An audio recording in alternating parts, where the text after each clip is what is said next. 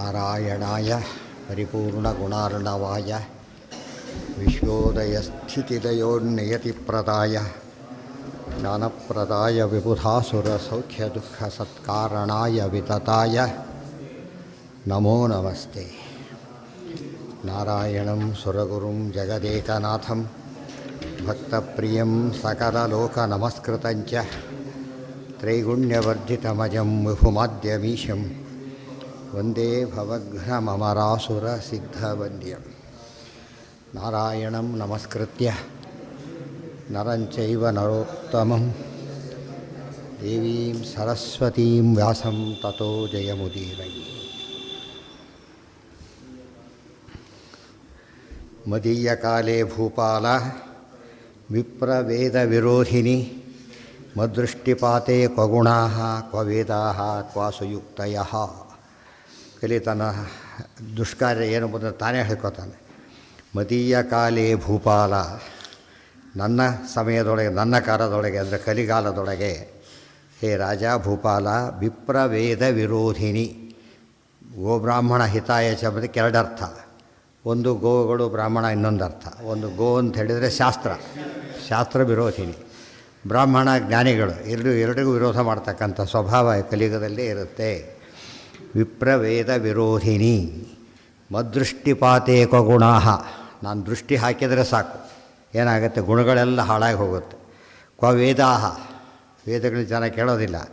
ಕ್ವ ಸುಯುಕ್ತಯ, ಒಳ್ಳೆಯ ಯುಕ್ತಿಗೆ ಅವಕಾಶ ಇಲ್ಲ. ಮೂರು ಹೋಯ್ತು ಅಲ್ಲಿಗೆ. ವೇದ ಆಗಮ ಹೋಯಿತು, ಯುಕ್ತಿ ಹೋಯಿತು, ದೃಷ್ಟಿಯಲ್ಲಿ ಪ್ರತ್ಯಕ್ಷ ಹಾಳು ಮಾಡ್ತಾನೆ ಅಂತ ಅರ್ಥ. ಸೊ ಪ್ರತ್ಯಕ್ಷ, ಅನುಮಾನ, ಆಗಮ ಮೂರಕ್ಕೂ ಏನು ಬರುತ್ತೆ, ವಿರೋಧ. ವಿರುದ್ಧವಾಗಿ ಜನ ನಡ್ಕೋತಾರೆ ಹೊರತು ಪ್ರಮಾಣಕ್ಕೆ ಅನುಗುಣವಾಗಿ ನಡ್ಕೋಬೇಕು. ಪ್ರಮಾಣಗಳು ಮೂರು: ಪ್ರತ್ಯಕ್ಷ, ಅನುಮಾನ, ಆಗಮ. ಮೂರಕ್ಕೂ ವಿರುದ್ಧವಾಗಿ ನಡ್ಕೊಳ್ತಾರೆ ಜನಗಳು. ವಿಪ್ರವೇದ ವಿರೋಧಿನಿ. ಇದು ಅರ್ಥ ಮಾಡಿಕೊಂಡ್ರೆ, ಜ್ಞಾನಿಗಳಿದ್ದರೆ ವೇದಗಳು, ವೇದಗಳಿಗೆ ಜ್ಞಾನಿಗಳು, ಎರಡಕ್ಕೂ ವಿರೋಧ. ವಿಪ್ರವೇದ ವಿರೋಧಿನಿ ಆದಾಗ ಕಲಿಗಾಲದಲ್ಲಿ ಧರ್ಮದ ಹೇಳೋರು ಬ್ರಾಹ್ಮಣರು, ಸೋರ್ಸ್ ಬುಕ್ಕು ವೇದ, ಎರಡಕ್ಕೂ ವಿರೋಧ ಬಂದಾಗ ಏನಾಯ್ತು, ಅಲ್ಲಿಗೆ ಅಧ್ಯಾತ್ಮ ಜ್ಞಾನ ಹೋಯಿತು ಅಂತ ಅರ್ಥ. ಅದ್ರ ಜಾಗದಲ್ಲಿ ಏನಾಗುತ್ತದೋ ವಿರುದ್ಧ ಜ್ಞಾನಗಳು ಸೇರ್ಕೊಳ್ಳೋಕ್ಕೆ ಶುರುವಾಗುತ್ತೆ. ಖಾಲಿ ಉಳಿಯೋದಿಲ್ಲ ಜಾಗ. ಬೆಳಕೋದ ತಕ್ಷಣ ಏನಾಗಬೇಕು, ಕತ್ಲು ಬರಲೇಬೇಕು. ಕೆಲವು ಆಪೋಸಿಟ್ಸ್ ಇರ್ತದೆ. ಎ ಆ್ಯಂಡ್ ಬಿ ಒಳಗೆ ಎ ಇದ್ದು ಬಿ ಇರ್ಬೋದು, ಬಿ ಹೋದರೂ ಎ ಇರ್ಬೋದು. ಆದರೆ ಎ ನಾಟ್ ಎ ಮಧ್ಯೆ ಆದರೆ ಎ ಆ್ಯಂಡ್ ನಾಟ್ ಎ ಎರಡು ಏನವು ಆಪೋಸಿಟ್. ಎ ಇದ್ದರೆ ಎ, ನಾಟ್ ಎ ಇದ್ದರೆ ಎ ಇಲ್ಲ ಅಂತ ಅರ್ಥ. ಘಟಾಭಾವ ಎರಡು ಇರ್ಲಿಕ್ಕೆ ಸಾಧ್ಯನಾ? ಘಟ ಇದ್ದರೆ ಏನಿಲ್ಲ, ಘಟಾಭಾವ ಇದ್ದರೆ ಘಟ ಇಲ್ಲ. ಆದ್ದರಿಂದ ಜ್ಞಾನ ಹೋಯಿತು ಅಂದರೆ ಏನು ಬರಬೇಕು ಅಲ್ಲಿಗೆ? ಮಿಥ್ಯಾಜ್ಞಾನನೇ ಬರಬೇಕು. ಮಿಥ್ಯಾಜ್ಞಾನನೇ ಬರಬೇಕು. ಅಲ್ಲ, ಮಿಥ್ಯಾಜ್ಞಾನ ಎರಡು ವಿಧ. ಅಜ್ಞಾನಕ್ಕೆ ಶಬ್ದಕ್ಕೆ ಎರಡರ್ಥ. ಒಂದು ಗೊತ್ತಾಗೋದಿಲ್ಲ, ಇನ್ನೊಂದು ತಪ್ಪು ಗೊತ್ತಾಗುತ್ತೆ. ಉದಾಹರಣೆಗೆ ಕತ್ಲಲ್ಲಿ ಹೋಗ್ತಾ ಇದ್ದರೆ ಲೈಟ್ ಹೋಯಿತು, ದೊಡ್ಡ ಕಂದಕಾಯ್ತಾ ಬಿದ್ದ. ಇದು ಜ್ಞಾನ ಅಜ್ಞಾನಗಳು ಏನವು? ಕತ್ಲೆ ಬೆಳಕು ಏನವು? ಕತ್ಲೆ ಬೆಳಕು ಎದ್ದವು ಅಲ್ಲ, ನೀವೇ ಹೇಳಿ. ಕತ್ಲೆ ಬೆಳಕು ಏನವು? ಅದೇ ರೀತಿ, ಅದೇ ಹೇಳಿದ್ದು ವೇದ. ಹೌದು, ಅದು ವಿಜ್ಞಾನ. ಜ್ಞಾನ ಅಜ್ಞಾನನೂ ವಿರುದ್ಧ. ಅಜ್ಞಾನ ಶಬ್ದಕ್ಕೆ ಎರಡರ್ಥ.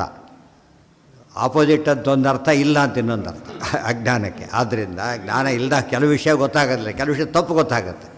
ಎರಡು ಸಮಸ್ಯೆ. ಈಗ ವೆಹಿಕಲ್ಲೇ ಇಲ್ಲ, ಯೋಚನೆ ಇಲ್ಲ, ವೆಹಿಕಲ್ ಬ್ರೇಕ್ ಇಲ್ಲ, ಬಜೀತಾಯ್ತು ಈಗ, ಆ ಥರ. ಸೊ ಅಜ್ಞಾನ ಶಬ್ದಕ್ಕೆ ಎರಡರ್ಥ ಇದೆ. ಒಂದು ಅರ್ಥ ಗೊತ್ತಾಗದೆ ಹೋಗೋದು, ತಪ್ಪು ಗೊತ್ತಾಗೋದು.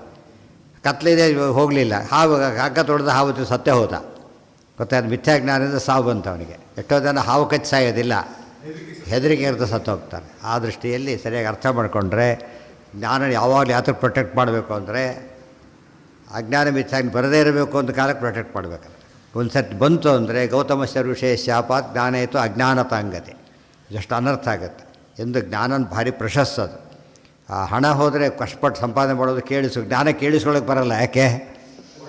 ಕೊಡೋಂಥ ವಸ್ತು ಅಲ್ಲದು, ತಾನೇ ಅಚೀವ್ ಮಾಡಬೇಕು. ಓವರ್ನೈಟ್ ಬರೋದಿಲ್ಲ. ಇದೆಲ್ಲ ಅರ್ಥ ಮಾಡಿಕೊಂಡ್ರೆ ತಾನೇ ಸಂಪಾದನೆ ಮಾಡಬೇಕಾದ ವಸ್ತು ಜ್ಞಾನ.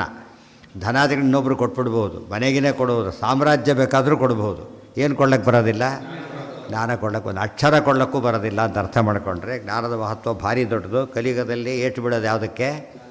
ಜ್ಞಾನಕ್ಕೆ ಬೀಳೋದು. ಜ್ಞಾನಕ್ಕೆ ಅಂತ ಹೇಳಿದ್ರೆ ಯಾತಕ್ಕೆ ಹೇಳಿದರು? ವಿಪ್ರವೇದ ಅಂದರೆ ಟೆಕ್ಸ್ಟ್ ಬುಕ್ ವೇದ, ಹೇಳೋರು ಅವರು. ಜ್ಞಾನ ಯಾವಾಗಲೂ ಹೇಗೆ ಬರಬೇಕು? ಪುಸ್ತಕದಿಂದ ಗುರುಮುಖೇನ ಬರಬೇಕು. ಪುಸ್ತಕವೂ ಇಲ್ಲ, ಗುರುಗಳು ಇಲ್ಲ ಅಂತ ಹೇಳಿದಾಗ ಜ್ಞಾನ ಹೋಯಿತು ಅಂತ ಅರ್ಥ. ಮೋಚೆಯೇ ತು ಋತವಚನಾತ್, ಅಲ್ಲಿ ನೋಡಿ ತ್ವರ್ತವಚನ ಅಂತ ಬಿಡಿಸ್ಬೇಕು ಅದನ್ನು. ತೂ ಋತವಚನ ತ್ವರ್ತವಚನ ಅಂತಾಯಿತು. ವಚನಾತ್ ಯದಾ ಜಗಾದ ನೃಪತಿ ಸತ್ಯಂ ಕಲೆ ವಚ್ಛೆ ಅನೃತೋಪಿ ಸನ್ ಮೋಚಯೇತು ಋತವಚನಾತ್ ಯದಾ ಅಸ್ಮತ್ ಸಂತತೆ ಪರಂ. ಈಗ ಧರ್ಮರಾಜನ ಉತ್ತರ. ಜಗಾದ ನೃಪತಿ, ಧರ್ಮರಾಜ ಹೇಳಿದ ಏನಂತ, ಕಲಿಯೇ ಸತ್ಯಂ ವಕ್ಷಿ ಅನೃತೋಪಿ ಸನ್. ನೀನು ಸುಳ್ಳಿನ ಸ್ವಭಾವ ನಿಂದು, ಆರು ಸತ್ಯ ಹೇಳಿಬಿಟ್ಟಿದ್ದೀನಿ ನೀನು ಸುಳ್ಳು ಹೇಳೋದು ನಿನ್ನ ಅಭ್ಯಾಸ, ಸತ್ಯ ಹೇಳಿಬಿಟ್ಟಿದ್ದೆ. ಏನು ಸತ್ಯ ಹೇಳಿದ್ದೆ? ನೀನು ಎಷ್ಟು ಕೆಟ್ಟವನು ಅಂತ ನಿನ್ನ ಬಾಯಲ್ಲೇ ಬಂದುಬಿಟ್ಟಿದ್ದೆ. ಎಂಥ ಗುಂಡ ಗೊತ್ತಾ ಅಂತ ಹೇಳ್ಕೊತಾನಲ್ಲ ಹಾಗೆ, ನಾನು ಕಾಲಿಟ್ಟರೆ ಕತೆ ಮುಗೀತು ಅಂತ ಹೇಳಿದಾಗ ಇಷ್ಟು ಸತ್ಯ ಇದೆ. ಈ ಸತ್ಯಕ್ಕೋಸ್ಕರ ಏನು ಮಾಡ್ತೀನಿ ನಿನಗೀಗ? ನಾವು ಸತ್ಯ ಹೇಳ್ತೀವಿ ಇದು ಸುಳ್ಳು ಹೇಳೋರಿಗಿಂತ ಯಾರು ವಾಸಿ? ಡೈರೆಕ್ಟ್ ಸುಳ್ಳು ಹೇಳೋದು ವಾಸಿ. ಒಂದು ಮೋಸ ಮಾಡಿದ ಮೋಸ ಬೇರೆ, ಎರಡು ತಪ್ಪು ಬರುತ್ತಲ್ಲ. ಸುಳ್ಳು ಹೇಳಿದ್ದೊಂದು, ಮೋಸ ಮಾಡಿದ್ದೊಂದು. ಅರ್ಥ ಆಯ್ತಾ? ಈಗ ಒಬ್ಬನು ಯಾವನೋ ಮೋಸ ಮಾಡ್ತಾನೆ, ಹೋಯ್ತು. ನಂಬಿದವ್ರು ಮೋಸ ಮಾಡ್ತಾರೆ, ಏನಾಯ್ತು ಅಲ್ಲಿಗೆ? ಮೋಸ ಪ್ಲಸ್ ನಂಬಿಕೆ ದ್ರೋಹ ಎರಡೆರಡಾಗತ್ತೆ. ಅದು ಮೋಸಕ್ಕಿಂತ ನಂಬಿಕೆ ದ್ರೋಹ ಇನ್ನೂ ಕೆಟ್ಟ ಅಪಾಯ ಕೊಡುತ್ತೆ. ಆದ್ದರಿಂದ ಏನು ಮಾಡಿದ್ದೀನಿ ಈಗ? ಆ ಮಟ್ಟಿಗೆ ಭಾರಿ ಗ್ರೇಟ್ ನೀನು, ಆ ಮಟ್ಟಿಗೆ. ಅದಕ್ಕೊಂದು ನಾನು ಅನುಗ್ರಹ ಮಾಡ್ತೀನಿ ನಿನಗೆ. ನೋಡಿ, ಒಂದು ಸತ್ಯವಾಕ್ಯಕ್ಕೆ ಎಷ್ಟು ಬೆಲೆ ಇದೆ ನೋಡಿ. ಒಂದು ಅದಕ್ಕೇನು ಅಪರಾಧಿ ಅಂತ ಒಪ್ಕೊಂಡ್ಬಿಟ್ರೆ ಅಪರಾಧನ ಏನಾಯ್ತು ಅಲ್ಲಿಗೆ? ಎಷ್ಟೋ ಜನ ಒಪ್ಕೊಳ್ಳೋದಿಲ್ಲ. ಅದರ ಅನುಭವ ಏನಾಗುತ್ತೆ, ಇನ್ನೊಂದು ಪಾಪ ಹೆಚ್ಚುತ್ತಾ ಹೋಗುತ್ತದೆ. ಯಾವುದು ಒಪ್ಕೊಳ್ಳೋದು ಏನು ಸಂಕೇತ ಗೊತ್ತಾ? ಇನ್ನೊಮ್ಮೆ ಮಾಡೋದಿಲ್ಲ ಅಂತ ಅವನಿಗೆ ಬರೋ ಪಶ್ಚಾತ್ತಾಪ ಶುರುವಾಗುತ್ತೆ. ಒಪ್ಕೊಳ್ಳದೆ ಹೋದಾಗ ಅದೇ ಟ್ರೆಂಡ್ ಡೆವಲಪ್ ಆಗುತ್ತೆ. ರೋಗ ಮುಚ್ಚಿಟ್ಕೊಂಡ್ರೆ ಹೇಗೋ ಹಾಗೆ. ರೋಗ ಮುಚ್ಚಿಟ್ಕೊಂಡ್ರೆ ಔಷಧಿ ಕೊಡೋದು ಹೇಗೆ ಡಾಕ್ಟ್ರು? ರೋಗ ಅನುಭವಿಸೋದು ಇವನು. ಸೊ ಯಾರು ಹೇಳಬೇಕು ರೋಗದ ಬಗ್ಗೆ ಎಲ್ಲ? ಇದ್ರಲ್ಲಿ ಹೋಮಿಯೋಪತಿ ಇರುತ್ತೆ, ಅದು ಇದಕ್ಕಿಂತ ಭಾರಿ ಅಪಾಯ. ಅದು ಸರಿಯಾಗಿ ಹೇಳಿದರೆ ಫಸ್ಟ್ ಕ್ಲಾಸ್ ಔಷಧಿ ಕೊಡ್ಬೋದು, ಗೊತ್ತಾಯ್ತಾ? ಅದು ಬರೀ ಸಿಮ್ಟಮ್ಸ್ ನೋಡಿದ್ರೆ ಒಂಥರ ಔಷಧಿ ಕೊಡ್ತಾರಷ್ಟೇ, ಮೈ ಮುಟ್ಟಬೇಕಾಗಿಲ್ಲ ಅಂಥ ಪದ್ಧತಿ ಅದು. ಸರಿಯಾಗಿ ಹೇಳಿಬಿಟ್ರೆ ಫಸ್ಟ್ ಕ್ಲಾಸ್ ಮೆಡಿಸಿನ್ ಕೊಡ್ಬೋದು. ಅವನು ಯಾವುದೋ ವಿಷಯ ಹೇಳದೆ ಹೋಗಿಬಿಟ್ರೆ ವರ್ಕ್ ಆಗೋಲ್ಲ, ಕೆಲಸ ತಪ್ಪು ಆಗ್ಬೋದು. ಇದು ಅರ್ಥ ಮಾಡಿಕೊಂಡ್ರೆ ರೋಗಿ ಯಾವಾಗಲೂ ಕೂಡ ತನ್ನ ರೋಗವನ್ನು ಮುಚ್ಚಿಟ್ಕೊಳ್ಬಾರ್ದು ವೈದ್ಯರ ಮುಂದೆ. ಹೇಗೋ ಇಲ್ಲಿ ಹಾಗೆ ಸತ್ಯವನ್ನು ಹೇಳಿದ್ದಕ್ಕೋಸ್ಕರ ಒಂದು ಅನುಗ್ರಹ ಮಾಡ್ತೇನೆ ನಾನೀಗ. ಏನದು? ಋತವಚನಾತ್. ಋತ ಅಂದರೆ ಸತ್ಯ.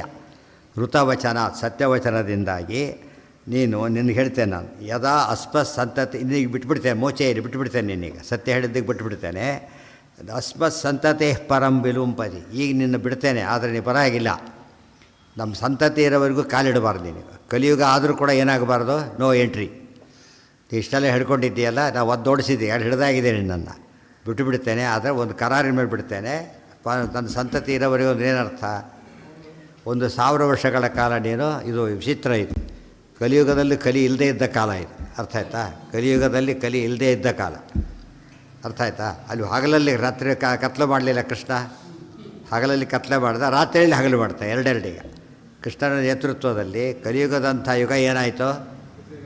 ಕೃತಿಯುಗ ಆಗಬೇಕು ಅಷ್ಟೇ. ಕೃತಿಯುಗಕ್ಕಿಂತ ದೊಡ್ಡದಾಗೋಯಿತು. ಇದು ಭಾರಿ ಗ್ರೇಟ್. ಅದು ಅಂದರೆ ಕಾಲ ನಿಯಾಮಕ, ದೇವರ ಕಾಲ ನಿಯಾಮಕತ್ವ ತೋರಿಸುತ್ತೆ. ಈಗ ಲೋಕೋಸ್ಮಿ ಕಾಲೋಸ್ಮಿ ಲೋಕಕ್ಷಯಕೃತ್ ಪ್ರವೃದ್ಧ. ನಾನು ಕ್ಷಯನೂ ಮಾಡ್ಬೋದು, ಬದಲಾಯಿಸ್ಬೋದು, ಏನು ಬೇಕಾದ್ರೂ ಮಾಡಬಲ್ಲೆ ಅಂತ ತೋರಿಸೋದಕ್ಕೆ ಧರ್ಮರಾಜನ ಮೂಲಕ ಹೇಳಿಸ್ತಾರೆ. ಅಸ್ಮತ್ ಸಂತತಿ ಪರಂ. ನಮ್ಮ ಸಂತತಿ ಆದಮೇಲೆ ಬೇಕಾದ್ರೆ ನೀನು ಕಾಲಿಡಬಹುದು, ಧರ್ಮ ಹಾಳು ಮಾಡಬಹುದು. ಯಾಕೆ ನಿನ್ನ ಕಾಲ ಅಂತ ಹೇಳ್ಕೊಟ್ಟಿದ್ದೆ ದೇವರು, ನೀನು ಕೊಟ್ಟಿದ್ದೆ ದೇವರು ಅನುಗ್ರಹ ಮಾಡಿದ್ದಾನೆ ಅಂತ ಅರ್ಥ.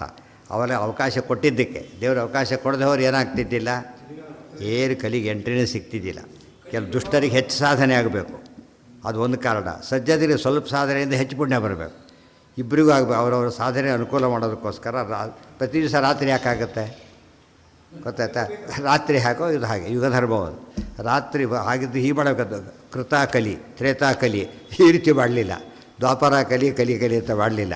ಒಂದು ಕಲಿಯುಗ ಕೊಟ್ಟ, 3 ಒಳ್ಳೆಯ ಯುಗ ಕೊಟ್ಬಿಟ್ಟು ಒಂದು ಕೊಟ್ಟಿದ್ದರಿಂದ ಸಾಧನೆ ಮಾಡ್ಕೊಳ್ಳೋದಕ್ಕೆ ಅನುಕೂಲ ಇದೆ. ಕಲಿಯುಗದಲ್ಲೂ ಅನುಕೂಲ ಇದೆ.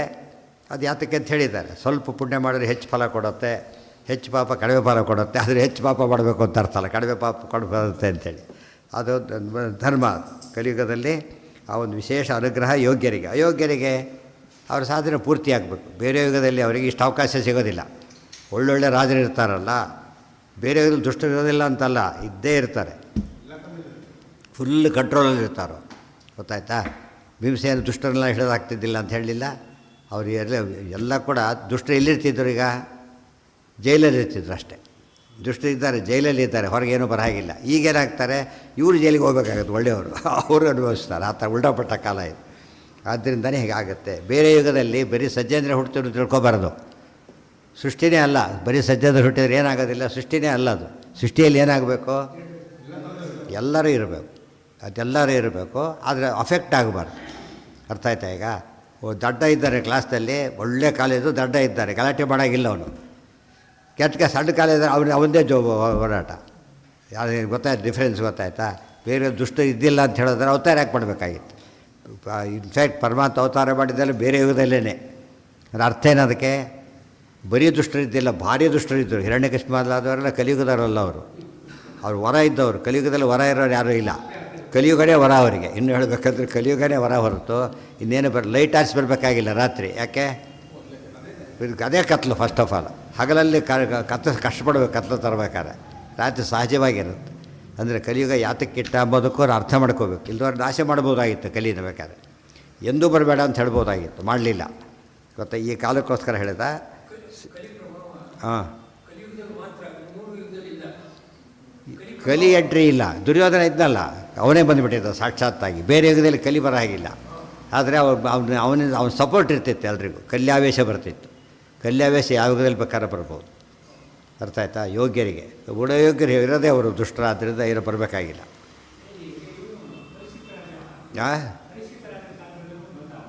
ಮುಂದೆ ನೋಡಿ ಬರುತ್ತೆ. ಈಗ ಆ ವಿಷಯ ಹೇಳ್ತಾರೆ. ಈಗ ಎಲ್ಲಿವರೆಗೂ ಬರಬೇಕು? ನಾವು ಸಂತತಿ ಇರೋವರೆಗೂ ಬರಾಗಿಲ್ಲ ಅಂತ ಹೇಳಿದರು. ಯಾವುದಕ್ಕೆ? ಅಲ್ಲ ಆಯಿತು, ಬಟ್ ಕಾಲ ಕಂಟ್ರೋಲ್ ಮಾಡೋದು ಯಾರು? ದೇವರು. ಅದಕ್ಕೆ ಬರಾಗಿಲ್ಲ ತೋರಿಸಿದೆ. ಕಂಟ್ರೋಲ್ ಮಾಡಬಲ್ಲೆ ಅಂತ ಹೇಳೋದಕ್ಕೆ ಅಲ್ಲಿ ತೋರಿಸಿದ್ದ. ಹಗಲು ರಾತ್ರಿ ಕತ್ಲಲ್ಲೇ ಹಗಲಲ್ಲೇ ಕತ್ಲೆ ಮಾಡ್ದ. 1 ದಿವಸ 12 ವರ್ಷ ಮಾಡ್ದ. ಅದೇನು ಮಾಡ್ಲಿಕ್ಕೆ ಬಂದ. ಇಲ್ಲೂ ಕೂಡ ಏನು ಮಾಡ್ತಾ, ಇದನ್ನು ಯಾಕೆ ಮಾಡ್ತಾನೆ ಅಂದರೆ ಕೆಲಸ ಇದೆ. ಒಂದು ದುಷ್ಟರ ಸಾಧನೆ ಆಗಬೇಕು ವಿಶೇಷವಾಗಿ. ಜೊತೆಗೆ ಸಜ್ಜನರಿಗೆ ಸ್ವಲ್ಪ ದಿನ ದೊಡ್ಡ ಸಾಧನೆ ಆಗಬೇಕು. ದೇವ್ರು ಬೇಡ ಅಂದರೆ ಏನಾಗೋದಿಲ್ಲ. ಇವತ್ತು ಆಚಾರ್ಯ ಅವತಾರ ಮಾಡಿದರು. ಜ್ಞಾನ ಎಷ್ಟು ಕೊಟ್ಟರು ಅವರು? ಎಷ್ಟು ಕೊಟ್ಟರು? ಅದು ಕೊಟ್ಟರೆ ಓದೋರಿಗೆ ಫುಲ್ ಇದೆ ಅದರೊಳಗೇನೆ. ಸುರಾಧ್ಯ ನರ ಅಂತ ದೇವತೆಗಳು ತಿಳ್ಕೊಳ್ಳೋ ಜ್ಞಾನ ಅದರಲ್ಲಿದೆ. ಇದು ತಿಳ್ಕೊಷ್ಟೆ ಕಲಿಯುಗದಲ್ಲೇ ಮಾಡಿದ ಕೆಲಸ ಅದು. ಅಂದರೆ ಅವರಿಬ್ಬರು ಕಲಿಯ ಬಾಧೆ ಇಲ್ಲ ಹರಿವಾಯುಗಳಿಗೆ ಅಂತ ಹೇಳೋದಕ್ಕೆ ದುಷ್ಟ ಅಂತ. ಇವತ್ತು ಕೂಡ ಜಯತೀರ್ಥರಂಥವ್ರ ಜ್ಞಾನಿಗಳು ಹೇಗಿದ್ದಾರೆ? ಬೇರೆ ದೇವತೆಗಳಿಗೆ ಯಾವುದೋ ಕಾರಣ ಕಲ್ಯಾವೇಶ ಬರಬಹುದು. ಆ ಜಯತೀರ್ಥರು ಅಂಥವ್ರು ಬರಲಿಲ್ಲ. ಯಾಕೆ ಅಂತ ಕೇಳಿದರೆ ಆ ಶಾಸ್ತ್ರನೇ ಹಿಡ್ಕೊಂಡ್ಬಿಟ್ಟಿದ್ರಿ ಅಂತ ನೋ ಎಂಟ್ರಿ. ಕೈಲೇ ದೀಪ ಹಿಡ್ಕೊಂಡು ನೋಡಿ ಕತ್ಲಾಗಿ ಬರೋದಿಲ್ಲೋ ಹಾಗಿದ್ರು. ಬಿಟ್ಟವರಿಗೆ ಬಂತು. ಯಾರು ಬಿಟ್ಟರೋ ಅವ್ರಿಗೆ ಬಂತು. ಏನ ಆ ಉದ್ದಟತನಕ್ಕೂ ಒಂದಿದೆ. ವ್ಯಾಜೇನಾಪಿ ಕೃತಾರಾಜನ್ ನದರ್ಶೈತಿ ಭಾಸ್ಕರಿ. ಏಕಾಶಿ ಉಪಾಸನ ಯಾವುದೋ ಕಾರಣಕ್ಕೆ ಮಾಡಿದರೂ ಒಂದು ಫಲ ಸಿಗುತ್ತೆ. ಫುಲ್ ಸಿಗೋದಿಲ್ಲ. ಏನು ಸಿಗುತ್ತೆ? ಒಂದು ಫಲ ಸಿಗುತ್ತೆ. ಅದು ಸತ್ಯದ ಮಹತ್ವ ಹೇಳಬೇಕಾಯ್ತು. ಈಗ ಸತ್ಯದ ಮಹತ್ವವನ್ನು ಹೇಳೋದಕ್ಕೂ ಆ ಮಾತು ಹೇಳಿದರು. ಅದು ನೆಪ. ನಿಜವಾದ ಕಾರಣ ಏನು ಅಂತ ಕೇಳಿದರೆ ಬರಬೇಕು. ದೇವರ ಸಂಕಲ್ಪ ಇದೆ. ಅದೇ ಫೈನಲ್ ಅಲ್ಲ, ಒಂದು ಕಾರಣ ಅಷ್ಟೇ. ನಹಿ ಏಕಸ್ಯ ಏಕಮೇವ ಕಾರಣ. ಇದು ಒಂದು ಕಾರಣ ಆಯ್ತು ಅಷ್ಟೇ. ಇದರಿಂದ ಸತ್ಯ ಹೇಳೋರಿಗೆ ಏನಾಯ್ತು? ಈಗ ಒಂದು ಬೆನಿಫಿಟ್ ಇದ್ದೇ ಇದೆ. ಸತ್ಯ ಹೇಳೋದ್ರಿಂದ ಒಂದು ಬೆನಿಫಿಟ್ ಇದೆ. ಸತ್ಯಂವದ ಧರ್ಮಂಚರ ಸೀಮಾಧಿರ್ ಬಹುವಾಕ್ಯಂಚ. ಒಂದು ಮಧ್ಯ ಕಂಡೀಷನ್ನು ನಮ್ಮ ಸಂತತಿಯವರಿಗೂ ಬರಹಾಗಿಲ್ಲ. ಆಮೇಲೆ ವಿಲುಂಪಿಸಿ ಅಖಿಲಾನ್ ಧರ್ಮಾನ್ ಕರಂ ತತ್ರಾಪಿ ನೋರ್ಪಯ. ಹಾಗದು ಎಲ್ಲ ಧರ್ಮಗಳಲ್ಲಿ ಹಾಳು ಮಾಡ್ಕೊಂಡು ಹೋಗು. ಆದರೆ ಅಲ್ಲೂ ಕೂಡ ನೀನು ಪೂರ್ತಿ ಎಂಟ್ರಾಗಿಲ್ಲ. ನಾವು ಕಪ್ಪು ಕಾಣಿಕೆ ಕೊಡು. ನಮ್ಮ ಜಾಗ ಇದೆ, ನನ್ನ ರಾಜ. ಈಗ ನನ್ನ ಶಾಸ್ತ್ರ ನಾನು ಅನುಮತಿ ಕೊಡ್ತಾ ಇದ್ದೇನೆ ನಿನಗೀಗ ಬರಲಿಕ್ಕೋಸ್ಕರ. ನನಗೆ ನೀನು ಕಪ್ಪ ಕಾಣಿಕೆ ಕೊಡಬೇಕು, ಟ್ಯಾಕ್ಸ್ ಕೊಡಬೇಕು. ಕಲಿಯುಗದಲ್ಲಿ ಕಲಿಗೆ ಟ್ಯಾಕ್ಸ್ ಇದೆ ಕೊಡಬೇಕಾದ್ದು. ಜನಕ್ಕೆ ಅಷ್ಟೇ ಇಲ್ಲ, ಕಲಿಯೇ ಟ್ಯಾಕ್ಸ್ ಕೊಡಬೇಕು. ಅಲೋ ಮಾಡಿದ್ರಿಂದ. ಅಲೋ ಇಲ್ಲೋದ್ರೆ ಟ್ಯಾಕ್ಸ್ ಇಲ್ಲ. ಏನದು? 4 ಕಡೆ ನೀನು ಎಂಟ್ರಿ ಇರಬಾರ್ದು. ಎಲ್ಲೆಲ್ಲಿ? ಸೀಮಾಧಿ ಬಹುವಾಕ್ಯಂಚ ತುಲಾಮಾನೇ ಚ ಮೇಕರಹ. 4 ಕಡೆ ಕಲಿ ಪ್ರವೇಶ ಆಗಬಾರ್ದು. ಗೊತ್ತಾಯ್ತಾ? ಆ್ಯಕ್ಚುಲಿ ನಡೀತಿರೋದು ಹಾಗೆ ಇವತ್ತು. ಸೀಮಾಧಿ ಬಹುವಾಕ್ಯಂ ಚ 2 ಆಯಿತು. ತುಲಾಮಾನೆ. ತುಲಾ ಅಂದರೆ ತೂಗೋದು, ಮಾನ ಅಂದರೆ ಅಳೆಯೋದು. ಮತ್ತು 4 ಕಡೆ ಎಂಟ್ರಾಗಬಾರ್ದು. ಒಂದು ಅರ್ಥ ಏನೋ? ಅದಕ್ಕೊಂದು ಉಳಿಯಬೇಕು. ಅದೊಂದು ನ್ಯಾಯ ಉಡಬೇಕಲ್ಲಿ. ಅಂದರೆ ಅಲ್ಲಿ ಮೋಸ ಮಾಡ್ತಾರೆ, ಆ ವಿಚಾರ ಬೇರೆ. ಆ ಪದ್ಧತಿ ಹೋಗೋದಿಲ್ಲ. ಅಳೆದು ಕೊಡಬೇಕು, ತೂಕ ಕೊಡಬೇಕು. ಸೀಮಾಧಿ ಇವತ್ತು LOC ಅಂತ ಹೇಳ್ತಾರಲ್ಲ, ಲೈನ್ ಆಫ್ ಕಂಟ್ರೋಲ್ ಇದ್ದಾಗೆ ಒಂದು ಬಾರ್ಡರ್ ಕಂಟ್ರೋಲ್ ಏನೋ ಒಂದು ಇರಬೇಕು. ಅದು ಕಾನ್ಸೆಪ್ಟ್ ಉಳಿಬೇಕು ಅಷ್ಟೇ. ಇಲ್ಲದ ಏನಾಗ್ತಿತ್ತು? ಅದು ಇಲ್ಲದೆ ಹೋಗಿದ್ರು. ಈಗ ಇಷ್ಟು ತೊಗೊಂಡು ಯಾರ್ದೋ ಸೈಟಲ್ಲಿ ಯಾರೋ ಮನೆ ಕಟ್ಕೊಳ್ಳೋದು ಮಾಡ್ತಾಯಿದ್ದಾರೆ ಈಗ. ಆದರೆ ಒಂದು ವ್ಯವಸ್ಥೆ ಇದೆ. ಆ ವ್ಯವಸ್ಥೆ ಮಾತ್ರ ವ್ಯವಸ್ಥೆಗೆ ಒಂದು ಕಾನ್ಸೆಪ್ಟ್ ಆಫ್ ವ್ಯವಸ್ಥೆ. ಅಲ್ಲಿ ಅನ್ಯಾಯ ಆಗೋದಿಲ್ಲ ಅಂತ ಏನೆಲ್ಲ ಆಗುತ್ತೆ. ಆದರೆ ಆ ಕಾನ್ಸೆಪ್ಟ್ ಉಳ್ಕೋಬೇಕು. ಅದೇ ನೀನು ಕೊಡ್ತಕ್ಕಂಥ ಕಪ್ಪಗಾಣಿ. ಇವತ್ತು ಆಯ್ತಲ್ಲ, ಅದು ಒಳ್ಳೆ ಆಶ್ಚರ್ಯ, ಅದು ನಿಜ ಉಳ್ಕೊಂಡಿರೋದು ಭಾಳ ಆಶ್ಚರ್ಯ. ಅದಕ್ಕೆ ಕಾರಣ ಇದೇನೆ. ಇದೆಲ್ಲ ಅದು ಹೋಗ್ಬೋದಲ್ಲ, ಬೇಕಾದರೆ ಹೋಗಲಿಲ್ಲ. ಸೀಮಾಧಿ ಬಹುವಾಕ್ಯಂಚ ತುಲಾಮಾನೇ ಚ ಮೇಕರಹ, ಇಷ್ಟು ಜಾಗದಲ್ಲಿ ನೀನು ಕೊಡಬೇಕು. ಅದೇನೆ ಕಪ್ಪ ಕಾಣಿಕೆ ಕೊಡಬೇಕಾದ ನೀನು. ನೈವಾತಿಕ್ರಮಮೇತೇಷಾಂ ಕುರು ಸರ್ವಾತ್ಮನಾ ಕ್ವಚಿತ್. ಬುದ್ಧಿ ಬರುತ್ತೆ, ಎಲ್ಲಿದೆ ಬಹುವಾಕ್ಯ ಅಂತ? ಅಲ್ಲ, ಸೀಮಾಧಿಗೆ ಬಹುವಾಕ್ಯಂ ಅದು ಹೇಳಿದ್ನಲ್ಲ ಆಗಲೇ. ಮೆಜಾರಿಟಿ ನಡೀತಿರೋ ಗೌರ್ಮೆಂಟ್ಗಳು ಹಾಗೆ ತಾನೇ ನಡೀತಿರೋದು ಬಹುವಾಕ್ಯಂ. ಅವ್ನು ಬುದ್ಧಿ ಇಲ್ಲ, ಗಣ್ಯರಿಗೆ ಮೌತಿ ಬಿಟ್ಟರೆ ಆಯಿತು, ಎಲೆಕ್ಷನ್ ಆದಾಗಲೆಕ್ಕ. ಆ್ಯಕ್ಚುಲಿ ಇನ್ವ್ಯಾಲಿಡ್ ಅದು. ಅವ್ರಿಗೆ ಎಚ್ಚರ ಕೂಡ ಇಲ್ಲ. ಅವ್ರ ಕೈಲಿ ಓಟ್ ಹಾಕ್ಸಿದ್ರೆ ಏನಾಗುತ್ತೆ, ಅವ್ರಿಗೆ ಏನು ತಿಳುವಳಿಕೆ ಕೂಡ ಇಲ್ಲ ಯಾರು ಅಂಥೇಳಿ. ಅದು ತಪ್ಪದು. ಬಟ್ ಕಾನ್ಸೆಪ್ಟ್ ಇದೆ, ಬಹುವಾಕ್ಯ ಅಂತ ಇರಬೇಕು. ಇವತ್ತು ಎಲ್ಲವ್ರು ಗೌರ್ಮೆಂಟ್ ಆ ವಾಕ್ಯ ಕಾನ್ಸೆಪ್ಟ್ ಇಲ್ಲದವ್ರು ಏನಾಗ್ತಿತ್ತು ಇವತ್ತು? ಕೆಟ್ಟ ಗೌರ್ಮೆಂಟ್ ತೆಗೆಯಲಿಕ್ಕೆ ಬೇರೆ ದಾರಿನೇ ಇರಲಿಲ್ಲ. ಅರ್ಥ ಆಯ್ತು? ಅದೊಂದು ದಾರಿ ಸಿಕ್ತು ಈಗ. ಎಷ್ಟೋ ಜನಕ್ಕೊಂದು ಏನು ಹೋಪ್ಸ್ ಇರುತ್ತೆ, ನೆಕ್ಸ್ಟ್ ಎಲೆಕ್ಷನ್ನಾದ್ರೂ ಒಳ್ಳೆಯವ್ನು ಬರ್ಬೋದು, ಈ ಥರ ಆಸೆ ಉಳ್ಕೊಂಡಿದೆ ಕೊನೆ ಪಕ್ಷ. ಅದಿಲ್ಲದೆ ಹೋಗಿ ಏನಾಗ್ತಿತ್ತು? ಬಹುವಾಕ್ಯ ಅನ್ನೋ ಪದದಿಂದ ಇವತ್ತು ಪ್ರಜಾಪ್ರಭುತ್ವದ ಕಾನ್ಸೆಪ್ಟು ಇದರಲ್ಲಿದೆ, ಗೊತ್ತಾಯ್ತಾ? ಅದು ಸರಿಯೋ ತಪ್ಪು ಹೆಚ್ಚಿನ ಹೇಳಿದ್ರೆ ಕೇಳಬೇಕು. ಆ ಒಂದು ಕಲಿಯೋದ ಕಾನ್ಸೆಪ್ಟ್ ಉಳ್ಕೊಂಡಿದೆ ಈಗ, ಗೊತ್ತಾಯ್ತಾ? ಅದೇ ದೃಷ್ಟಿ ಬಂದಿದ್ದೀಗ. ತುಂಬ ಜನ ಮತ ಏನು ಮಾಡಿಬಿಡ್ತಾರೆ ಈಗ, ಜನ ಸರಿ ಅಂತ ತಿಳ್ಕೊಂಡ್ಬಿಡ್ತಾರೆ. ಭಾಳ ಆಶ್ಚರ್ಯ. ತಪ್ಪಾಗಿದ್ದರೂ ಕೂಡ ಬಹುಜನ ಒಪ್ಪಿದ್ದಾರೆ, ಒಂದು ಕಾರಣ ಶುರುವಾಯಿತು. ಅದಕ್ಕೆ ನಾವು ಹುಷಾರಾಗಿರಬೇಕು. ಅದಕ್ಕೋಸ್ಕರ ಏನು ಮಾಡಬೇಕು ನಾವೀಗ? ಅದಕ್ಕೆ ತಕ್ಕಂಥ ವ್ಯವಸ್ಥೆ ಮಾಡ್ಕೋಬೇಕು. ಕರೆಂಟ್ ಇಲ್ಲ, ವ್ಯವಸ್ಥೆ ಮಾಡಿಕೊಳ್ಳಿ. ಹೇಗೋ ಬಹುವಾಕ್ಯಕ್ಕೆ ಮನ್ನಣೆ ಇರೋದ್ರಿಂದ ನಾವೀಗ ವಾದ ವಿವಾದಕ್ಕೋಸ್ಕರ ಬಹುವಾಕ್ಯನ ಆದಷ್ಟು ಪ್ರಸಾರ ತರಬೇಕು. ಇಲ್ಲದೆ ಹೋದರೆ ಒಳ್ಳೆಯವ್ರಿಗೆ ಮಿಸ್ ಆಗುತ್ತೆ ನಾಳೆ. ಮತ ಉಳಿಸ್ಬೇಕಾದದ್ದು ಯಾರೋ ಉಳಿಸ್ತಾರೆ ನಾವು ಉಳಿಸೋ ರೀತಿ ಅಲ್ಲ ಇದು. ಸಜ್ಜನರಿಗೆ ಲಾಸ್ ಆಗಬಾರ್ದು. ಇವತ್ತು ಜ್ಞಾನ ಅಷ್ಟು ಕಷ್ಟಪಟ್ಟು ಜ್ಞಾನ ಬಂದಿದೆ ಭೂಲೋಕಕ್ಕೆ. ಆ ಜ್ಞಾನ ಉಳಿಸೋ ಕೆಲಸ ಮಾಡಬೇಕು ನಾವು. ನಮಗೇನು ಜ್ಞಾನ ಕೊಡೋ ಕೆಲಸ ಕೊಟ್ಟಿಲ್ಲ, ಉಳಿಸ್ಬೇಕು, ಬರೋದನ್ನು ಉಳಿಸ್ಕೊಂಡು ಹೋಗ್ಬೇಕು ಅಷ್ಟೇ. ಇವತ್ತು ಅದನ್ನು ಮಾಡದೆ ಹೋದರೆ ತಪ್ಪಾಗತ್ತೆ. ಅದಕ್ಕಿರೋ ದಾರಿ ಎರಡೇ, ಪಾಠ ಪ್ರವಚನ ಎರಡೇ. ಈ ಗುಂಡಾಗಿರಿಯಿಂದ ಉಳಿಸೋಕ್ಕೆ ಸಾಧ್ಯ ಇಲ್ಲ, ಉಳಿಸಬಾರ್ದು ಹಾಗೆ. ಅದು ಮತ ಉಳಿಸೋ ರೀತಿ ಅಲ್ಲ ಅದು. ಪಾಠ ಪ್ರವಚನ ಮಾತ್ರ ಆಗ್ತಾಯಿದ್ರೆ ಎಲ್ಲೋ ಒಂದು ಕಡೆ ಉಳ್ಕೊಡುತ್ತೆ. 1000 ಜನ ಕೇಳಿ ಒಬ್ಬರು ಉಳ್ಕೊಂಡ್ರು ಕೂಡ ಮುಂದಕ್ಕೆ ಹೆಲ್ಪ್ ಆಗುತ್ತೆ ಅದು. ಅದಕ್ಕೆ ವಿಷ್ಣು ಯಶಸ್ ಬ್ರಾಹ್ಮಣ ಇರ್ತಾನೆ ಕಲಿಯುಗದ ಕೊನೆಗೆ. ಅದು ಯಾವ ಕ್ಲೈಮ್ಯಾಕ್ಸ್ ಕಲಿಯುಗ, ಅದು ಕ್ಲೈಮ್ಯಾಕ್ಸಲ್ಲಿ ಇರ್ತಾರೆ.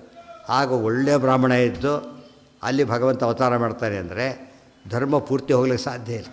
ಅಲ್ಲಿಗೆ ಉಳ್ಕೊಂಡೇ ಇರುತ್ತೆ ಒಂದು ಕಡೆ, ಎಲ್ಲೋ ಒಂದು ಕಡೆ ಎಳಿತಾ ಇರುತ್ತೆ. ಅದು ಧರ್ಮ ವೈಶಿಷ್ಟ್ಯ. ಸೊ ಕಾಲ ಪೂರ್ತಿ, ನೀವು ಪ್ರಶ್ನೆ ಕೇಳಿದ್ರಲ್ಲ, ಪೂರ್ತಿ ಕಾಲ ಆಗೋದಾಗಿದ್ದರೆ ಜ್ಞಾನ ಪೂರ್ತಿ ಹೋಗೋದಿಲ್ಲ. ಎಲ್ಲೋ ಗೊತ್ತಿಲ್ಲದಾಗ ಒಂದು ಕಡೆ ಬೆಳೀತಾ ಹೋಗ್ತಿರುತ್ತೆ. ಇವತ್ತು ಎಷ್ಟೋ ಕಡೆ ನೋಡ್ತೀವಿ, ಎಷ್ಟೆಷ್ಟೋ ಕಡೆ ಧರ್ಮ ಹೋಗಿರುತ್ತೆ. ಯಾರೋ ಒಬ್ಬರು ಧರ್ಮ ಉಳಿಸ್ಬಿಟ್ಟಿರ್ತಾರೆ, ಗೊತ್ತಾಯ್ತು? ಅವನು ಭಾರಿ ಧರ್ಮಿಷ್ಠನಾಗಿರ್ತಾನೆ. ಅಂಥವ್ನು ಅವನಿಂದ ಮತ್ತೆ ನಿಧಾನ ಬೆಳೆಯಲಿಕ್ಕೆ ಶುರುವಾಗುತ್ತೆ. ಬೇರೆ ವಿಧರ್ಮೀಯರು ಬಂದಾಗ ನಮ್ಮ ದೇಶ ಯಾವ ಸ್ಥಿತಿ ಬಂದಿತ್ತು? ಎಲ್ಲ ಮತ್ತೆ ಪಿಕಪ್ ಆಯಿತು. ಹಿಂದೂರಲ್ಲಿ ಸರ್ವನಾಶ ಮಾಡೋಕ್ಕೆ ಪ್ರಯತ್ನ ಪಟ್ಟ ಕಾಲ ಇತ್ತು. ಆ ಕಾಲಕ್ಕೆ ಕೂಡ ಏನಾಗಲಿಲ್ಲ. ಇವತ್ತು ಮೆಜಾರಿಟಿ ಅವ್ರದ್ದೇ ಇದೆ, ಆ ಸ್ಥಿತಿಯಲ್ಲಿದೆ. ಅದು ಹೇಗೋ ಒಂದು ಮ್ಯಾನೇಜ್ ಆಗ್ತಾ ಇರೋದು. ಅದು ಅದೇ ದೇವ್ರು ಹೇಗೆ ಮಾಡ್ತಾ ಇರ್ಬೋದು ಸಾಕ್ಷಿ. ಏನಾರು ಮಾಡ್ಕೊಂಡು ನಾನು ಮಾಡೋದನ್ನು ಮಾಡ್ತೀನಿ ಅಂತ ಹೇಳ್ತಾರಲ್ಲ ಹಾಗೆ. ಏನು ಸೀಮಾ ಆದಿ ಅಂದರೆ ಗಡಿ ವ್ಯವಸ್ಥೆ ಇರಬೇಕು. ಇವತ್ತು ಅದ್ರ ಮೇಲೆ ಇಡೀ ಎಲ್ಲ ದೇಶಗಳು ಕೂಡ ಏನು ಒಪ್ಕೊಂಡಿವೆ? ಗಡಿ ಆಕ್ರಮಿಸೋದವೆಲ್ಲ ಬೇರೆ, ಅದು ಗಡಿ ಕಾನ್ಸೆಪ್ಟ್ ಇಟ್ಕೊಂಡಿದ್ದಾರೆ. ಇವತ್ತು ನಾಳೆ ಬಂದಿರೋದಿಲ್ಲ. ಹೌದು ಎಲ್ಲ ಕಡೆ ಗಡಿ ಹಾಕೋ ಪದ್ಧತಿ ಇದೆ. ಸೈಟ್ಗಳು ಮಾಡೋಕ್ಕಾರೆ ಹಾಗೆ ಮಾಡ್ತಾರೆ, ಬಾರ್ಡ್ರ್ ಫಿಕ್ಸ್ ಮಾಡ್ತಾರೆ ಎಲ್ಲ ಕಡೆಗೇ. ಸೈಟ್ಗೆ ಮತ್ತೆ ಹಾಕ್ತಾರೆ, ಪಕ್ಕದಲ್ಲಿ ಯಾರೂ ಬರಬಾರ್ದು. ಎನ್ಕ್ರೋಚ್ ಮಾಡಿದರೆ ಪನಿಷ್ಮೆಂಟ್ ಇದೆ ಅದಕ್ಕೆ. ಹೌದು, ಅದು ಮಾಡಿದ ವ್ಯವಸ್ಥೆ ಇದು. ಈ 4ರಲ್ಲಿ ಧರ್ಮ ಉಳಿಬೇಕು. ಆದ್ದರಿಂದ ಅದಕ್ಕೆ ನಾವು ಬೆಲೆ ಕೊಡಬೇಕು. ಇವತ್ತು ಇದೇ ಕಪ್ಪು ಕಾಣಿಕೆ. ಇದು ಈ ರೀತಿ ನಡೆಸ್ಕೊಳ್ಳೋದೇ ಕಪ್ಪು ಕಾಣಿಕೆ. ಮಾತು ನಡೆಸೋದೇ ಕಪ್ಪ, ಗೊತ್ತಾಯ್ತಾ? ಅಗ್ರಿಮೆಂಟ್ನಲ್ಲಿ ಯಾವ ಥರ ಹಾಕಿರ್ತಾರೆ ಅದು ಹೊಡಿಯುತ್ತೆ ಅಷ್ಟು. ನೈವಾತಿಕ್ರಮ ಮೇತೇಶ. ದುಡ್ಡಿಂದಾಗಿದ್ದರೆ ಯಾಕೆ ಕೊಡಲಿಲ್ಲ? ದುಡ್ಡಿಂದು ವ್ಯಾಲ್ಯೂ ಹೋಗಿಬಿಡುತ್ತೆ ದುಡ್ಡಿಂದು, ಗೊತ್ತಾಯ್ತಾ? ಇವತ್ತು ಪ್ರೆಗ್ನೆಂಟ್ ಹಾಕಿದೆ 10 ಲಕ್ಷ ಕೊಡಿ ಅಂತೇಳಿ, ಇವ್ರು ಸ್ವಲ್ಪ ದಿವಸ 10 ಲಕ್ಷಕ್ಕೆ ಬೆಲೆ ಇರೋದಿಲ್ಲ, ಅರ್ಥ ಆಯ್ತಾ? 10 ಲಕ್ಷಕ್ಕೆ ಮೊದಲು ಕೊಟ್ಬಿಡ್ತೀನಿ ಅಂತಾರೆ. ಯಾಕೆಂದರೆ ಅದು ವ್ಯಾಲ್ಯೂ ಕಾಳಿದಾಗ ಹೋಗಿಬಿಟ್ಟಿರುತ್ತೆ. ಹೇಳಿಲ್ಲ ನಿಮಗೆ ಹಿಂದೆ ನಾನು ಸುಮಾರು 1945 ಯಾವುದೋ ಒಂದು ಮನೆ ನೋಡಿದಾಗ ಸೈಟು, ಮನೆ ಕಟ್ಟಿಸಿದ್ದು, ಗೃಹಪ್ರವೇಶದ ಖರ್ಚು ಎಲ್ಲ ಸೇರಿ ಎಷ್ಟಾಗಿತ್ತು? 254 ರೂಪಾಯಿ, ಗೊತ್ತಾಯ್ತಾ? ಅದು ಎಲ್ಲಿ NR ಕಾರಲ್ಲಿ ಕಾರ್ನರ್ ಹೌಸು. ಅದು ಇಟ್ಕೊಂಡಿದ್ದಾರೆ, ಎಲ್ಲ ಲೆಕ್ಕ ಇಟ್ಕೊಂಡಿದ್ದಾರೆ, ಎಲ್ಲ ಎಂಟರಾಗಿದೆ ಒಳಗೆ, ಅರ್ಥ ಆಯ್ತಾ? ಮತ್ತು ಹಳೆಯ ಸಿನಿಮಾ ನೋಡಿ, 5 ರೂಪಾಯಿ ಕೊಡೋಕ್ಕಾದ್ರೆ ಸೂಸೈಡ್ ಮಾಡ್ಕೊಂಡಿರ್ತಾರೆ. 5 ರೂಪಾಯಿ ಇವತ್ತು ಲಕ್ಷ ರೂಪಾಯಿ ಕೊಟ್ಟರು ಅವ್ರು ಮಾಡ್ಕೋಬೇಕು, ಇವ್ರು ಮಾಡ್ಕೋಬೋದಿಲ್ಲ. ಅದು ಎಷ್ಟು ವ್ಯಾಲ್ಯೂ? 5 ರೂಪಾಯಿ 25 ರೂಪಾಯಿ ದೊಡ್ಡ ಉತ್ಸವ. 25 ರೂಪಾಯಿ ಬಂದುಬಿಟ್ರೆ ಭಾರಿ ಇದು. ಹಳೆಯ ಸಿನಿಮಾಗಳು ನೋಡಿ ಯಾವ್ದಾದ್ರು ನೀವು 60ಸಲ್ಲಿ ಬಂದಿರುತ್ತೆ ಅಲ್ಲಿ ನೋಡಿ, 5 ರೂಪಾಯಿ 10 ರೂಪಾಯಿ ಸಿಕ್ಕಾಬಟ್ಟಿ ಬೆಲೆ ಅದಕ್ಕೆ. ಸೂಸೈಡ್ ಮಾಡ್ಕೊಂಡು ಸಿನಿಮಾನೂ ಬಂದಿದ್ದಾರೆ ಕೊಳ್ಳೋಕ್ಕಾಗ್ದೇನೆ. ಇವತ್ತು ಅವರೇ ಬಿಟ್ಟು ಹೋಗ್ತಾರೆ, ಕೊಡಬೇಡ ಅಂತ ಹೇಳಿಬಿಡ್ತಾರೆ. ಅಂಥ ಕಾಲ ಬಂದು ವ್ಯಾಲ್ಯೂ ಯಾಕೆ ಆ ರೀತಿ ಕೊಟ್ಟಾಗ ವ್ಯಾಲ್ಯೂ ಹೋಗಿಬಿಡುತ್ತೆ. ಕೊಟ್ಬಿಡ್ತೀನಿ ಅಂತ ಹೇಳ್ತಾರೆ, ಅದಲ್ಲ.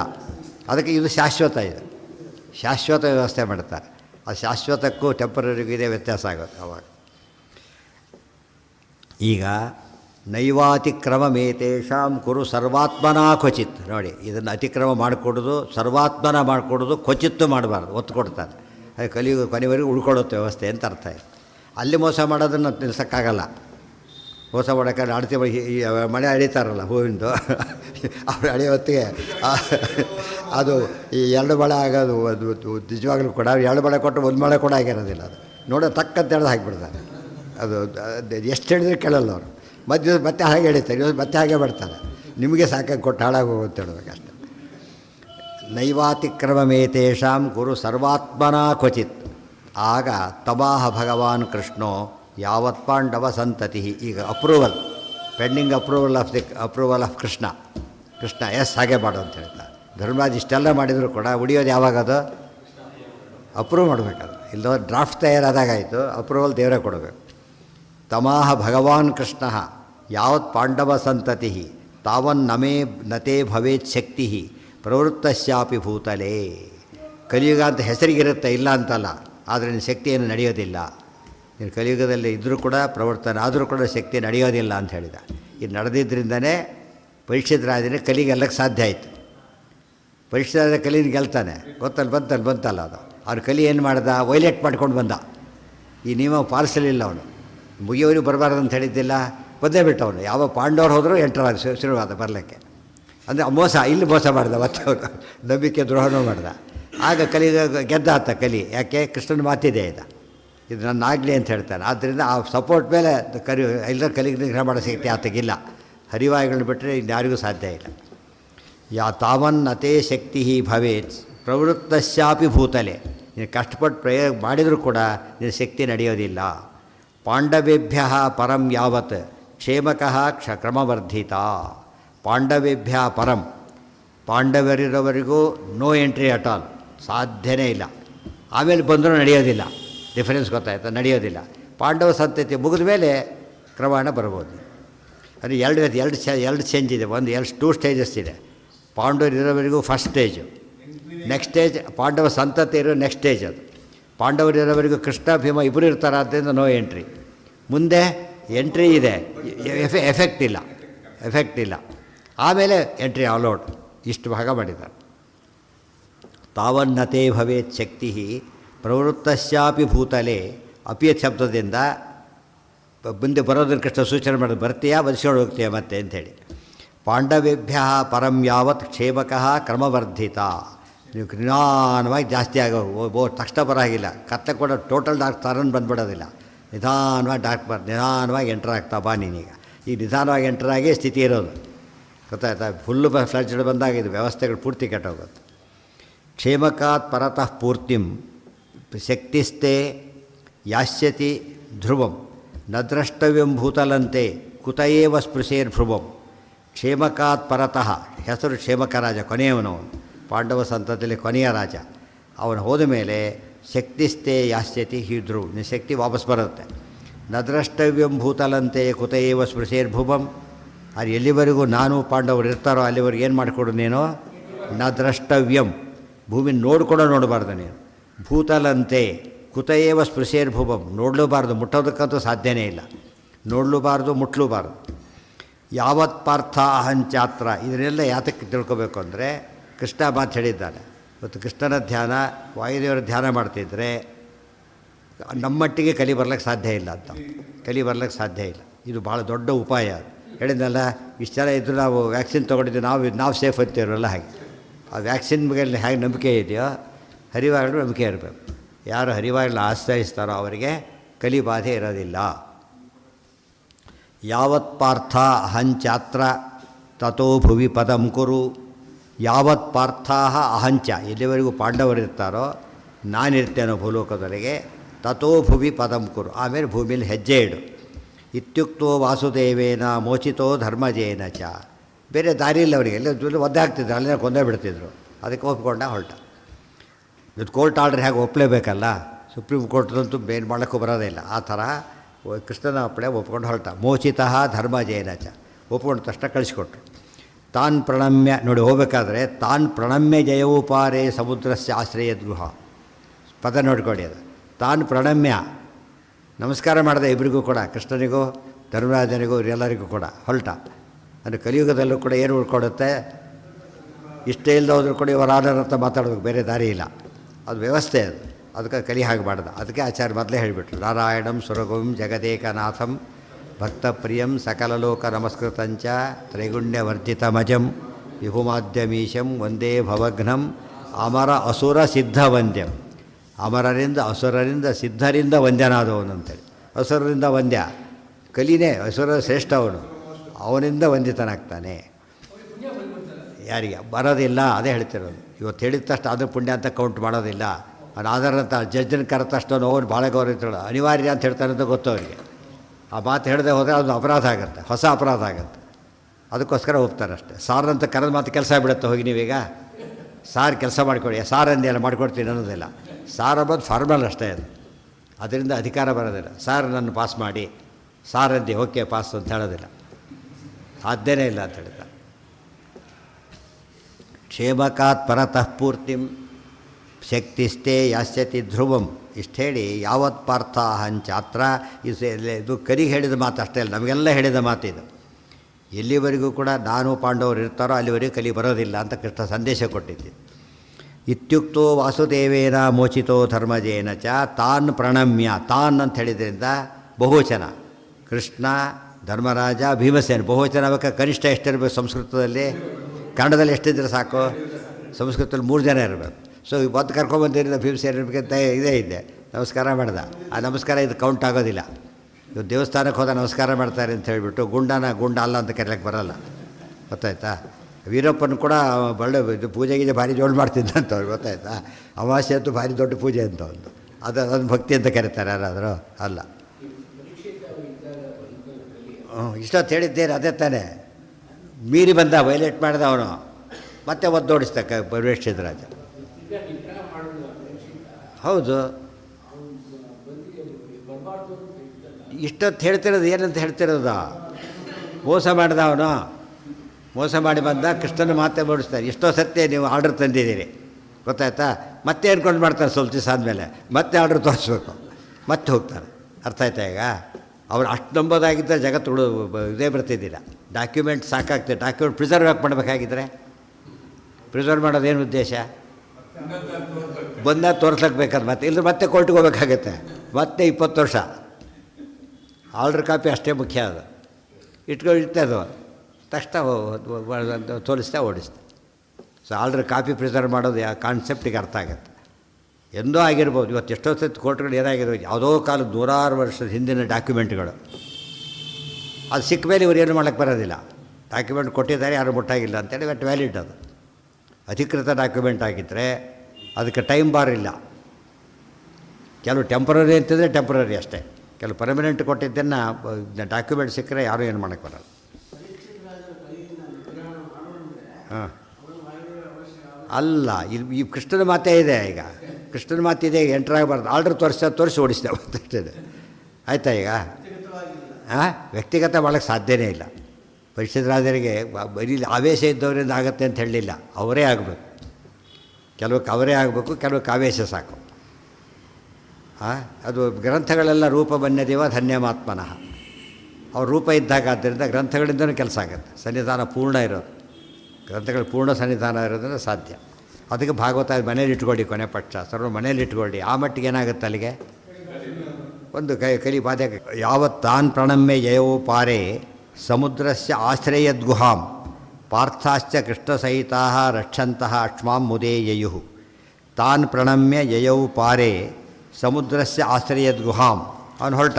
ಎಲ್ಲಿಗೆ ಹೋದವನು? ಸಮುದ್ರಸ್ಯ ಗುಹಾಂ. ಸಮುದ್ರದೊಳಗೆ ಒಂದು ಗುಹೆ, ಮೊದಲೇ ಸಮುದ್ರ. ದುರ್ಯೋಧನ ನೀರೊಳಗೆ ಕೊಡೋದವನ ಅಭ್ಯಾಸ ಆಗಿದ್ದರೂ ಕೂಡ ನೀರೊಳಗೆ ಕೂತ್ಕೊಂಡ ಹೋಗಿ ಅಲ್ಲಿ ಗುಹೆ, ಆ ಗುಹೆಯೊಳಗೆ ಸೇರಿಕೊಂಡ ಕಲಿ.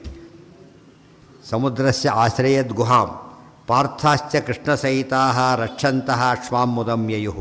ಪಾಂಡವರೆಲ್ಲ ಕೃಷ್ಣನ ಸಮೇತವಾಗಿ ಮಹೀಂ ರಕ್ಷ್ಮಾಂ ಭೂಮಿಯನ್ನು ರಕ್ಷಂತ ರಕ್ಷಣೆ ಮಾಡ್ತಾ ಮುದಂ ಆನಂದವಾಗಿದ್ದರು. ಈ ಕಲಿ ನಿಗ್ರಹದ ಒಂದು ದುರ್ಯೋಧನನ ರೂಪದ ಕಲಿಯನ್ನು ನಾಶ ಮಾಡಿದರು, ಈ ಕಲಿನೂ ನಾಶ ಮಾಡಿದರು. ಎರಡು ರೀತಿಯಲ್ಲಿ ರಕ್ಷಣೆ ಮಾಡಿ, ಎರಡಕ್ಕೂ ಕೃಷ್ಣ ಜೊತೆಗಿದ್ದೇ ಇದ್ದ. ಏವಂ ಪಾರ್ಥಾನ್ ಪ್ರತಿಷ್ಠಾಪ್ಯ ಶಕ್ರಪ್ರಸ್ಥೇತು ಸಾರ್ಜುನಃ ಕ್ರೀಡನ್ ದಿವ್ಯಾ ಕಥಾ ಪ್ರಾಹ ಪುತ್ರಶೋಕಾಪನುತ್ತಯೇ. ಏವಂ ಪಾರ್ಥಾನ್ ಪ್ರತಿಷ್ಠಾಪ್ಯ ಶಕ್ರಪ್ರಸ್ಥೇತು ಸಾ ಅರ್ಜುನಃ, ಒಂದೇ ಪದ ಸಾರ್ಜುನಃ ಕ್ರೀಡನ್ ದಿವ್ಯಾ ಕಥಾ ಪ್ರಾಹ ಪುತ್ರಶೋಕಾಪನುತ್ತಯೇ. ಏವಂ ಹೀಗೆ ಕೃಷ್ಣ ಏನಂತ ಮಾತು ಕೊಟ್ಟಿದ್ದಾನೆ, ಧರ್ಮ ಸಂಸ್ಥಾಪನಾರ್ಥಾಯ ಸಂಭವಾಮಿ ಯುಗೆ ಯುಗೆ. ಏವಂ ಪಾರ್ಥಾನ್ ಪ್ರತಿಷ್ಠಾಪ್ಯ, ಪಾರ್ಥಾನ್ ಧರ್ಮಾದೀನ್ ಪ್ರತಿಷ್ಠಾಪನೆ ಮಾಡ್ದ.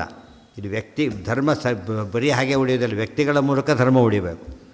ಜ್ಞಾನ ಕೂಡ ಹಾಗೇನೆ, ಜ್ಞಾನಿಗಳ ಮೂಲಕ ಜ್ಞಾನ ಉಳಿಬೇಕು. ಜ್ಞಾನ ಎಂಬುದು ಏನದು ಆಬ್ಸ್ಟ್ರಾಕ್ಟ್, ಅದಕ್ಕೊಂದು ಆಶ್ರಯ ಬೇಕು ಯಾವಾಗಲೂ ಕೂಡ, ಆಶ್ರಯ ಚೇತನ ಆಗಿರಬೇಕು. ಆದ್ದರಿಂದನೇ ಜ್ಞಾನಿ ಉಳಿಸೋದು ಅಂದರೆ ಜ್ಞಾನ ಉಳಿಸೋದು ಅಂತ ಅರ್ಥ. ಜ್ಞಾನ ಡೈರೆಕ್ಟ್ ಉಳಿಸೋ ಪಾತ್ರೆ ಬೇಕಾದ ಕಾಲು ಕೊಡೋಂದರೆ ಕೈಲಿ ತಂದ್ಕೊಳ್ಳೋಕ್ಕಾಗತ್ತಾ, ಪಾತ್ರೆ ಬೇಕಲ್ಲ.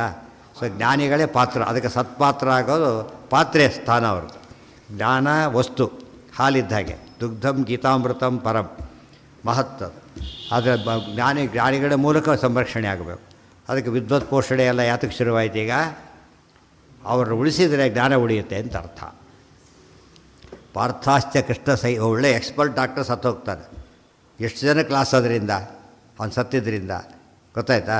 ಅವಾಗ ಯಾರೇ ಇದ್ದರೂ ಕೂಡ ರಿಪ್ಲೇಸ್ ಮಾಡೋಕ್ಕಾಗಲ್ಲ ಕೆಲವ್ರನ್ನ. ಆ ಎಕ್ಸ್ಪರ್ಟೈಸ್ ಇದ್ದಾಗ ಅಂಥವ್ರನ್ನ ರಿಪ್ಲೇಸ್ ಮಾಡೋದು ಸುಲಭ ಅಲ್ಲ.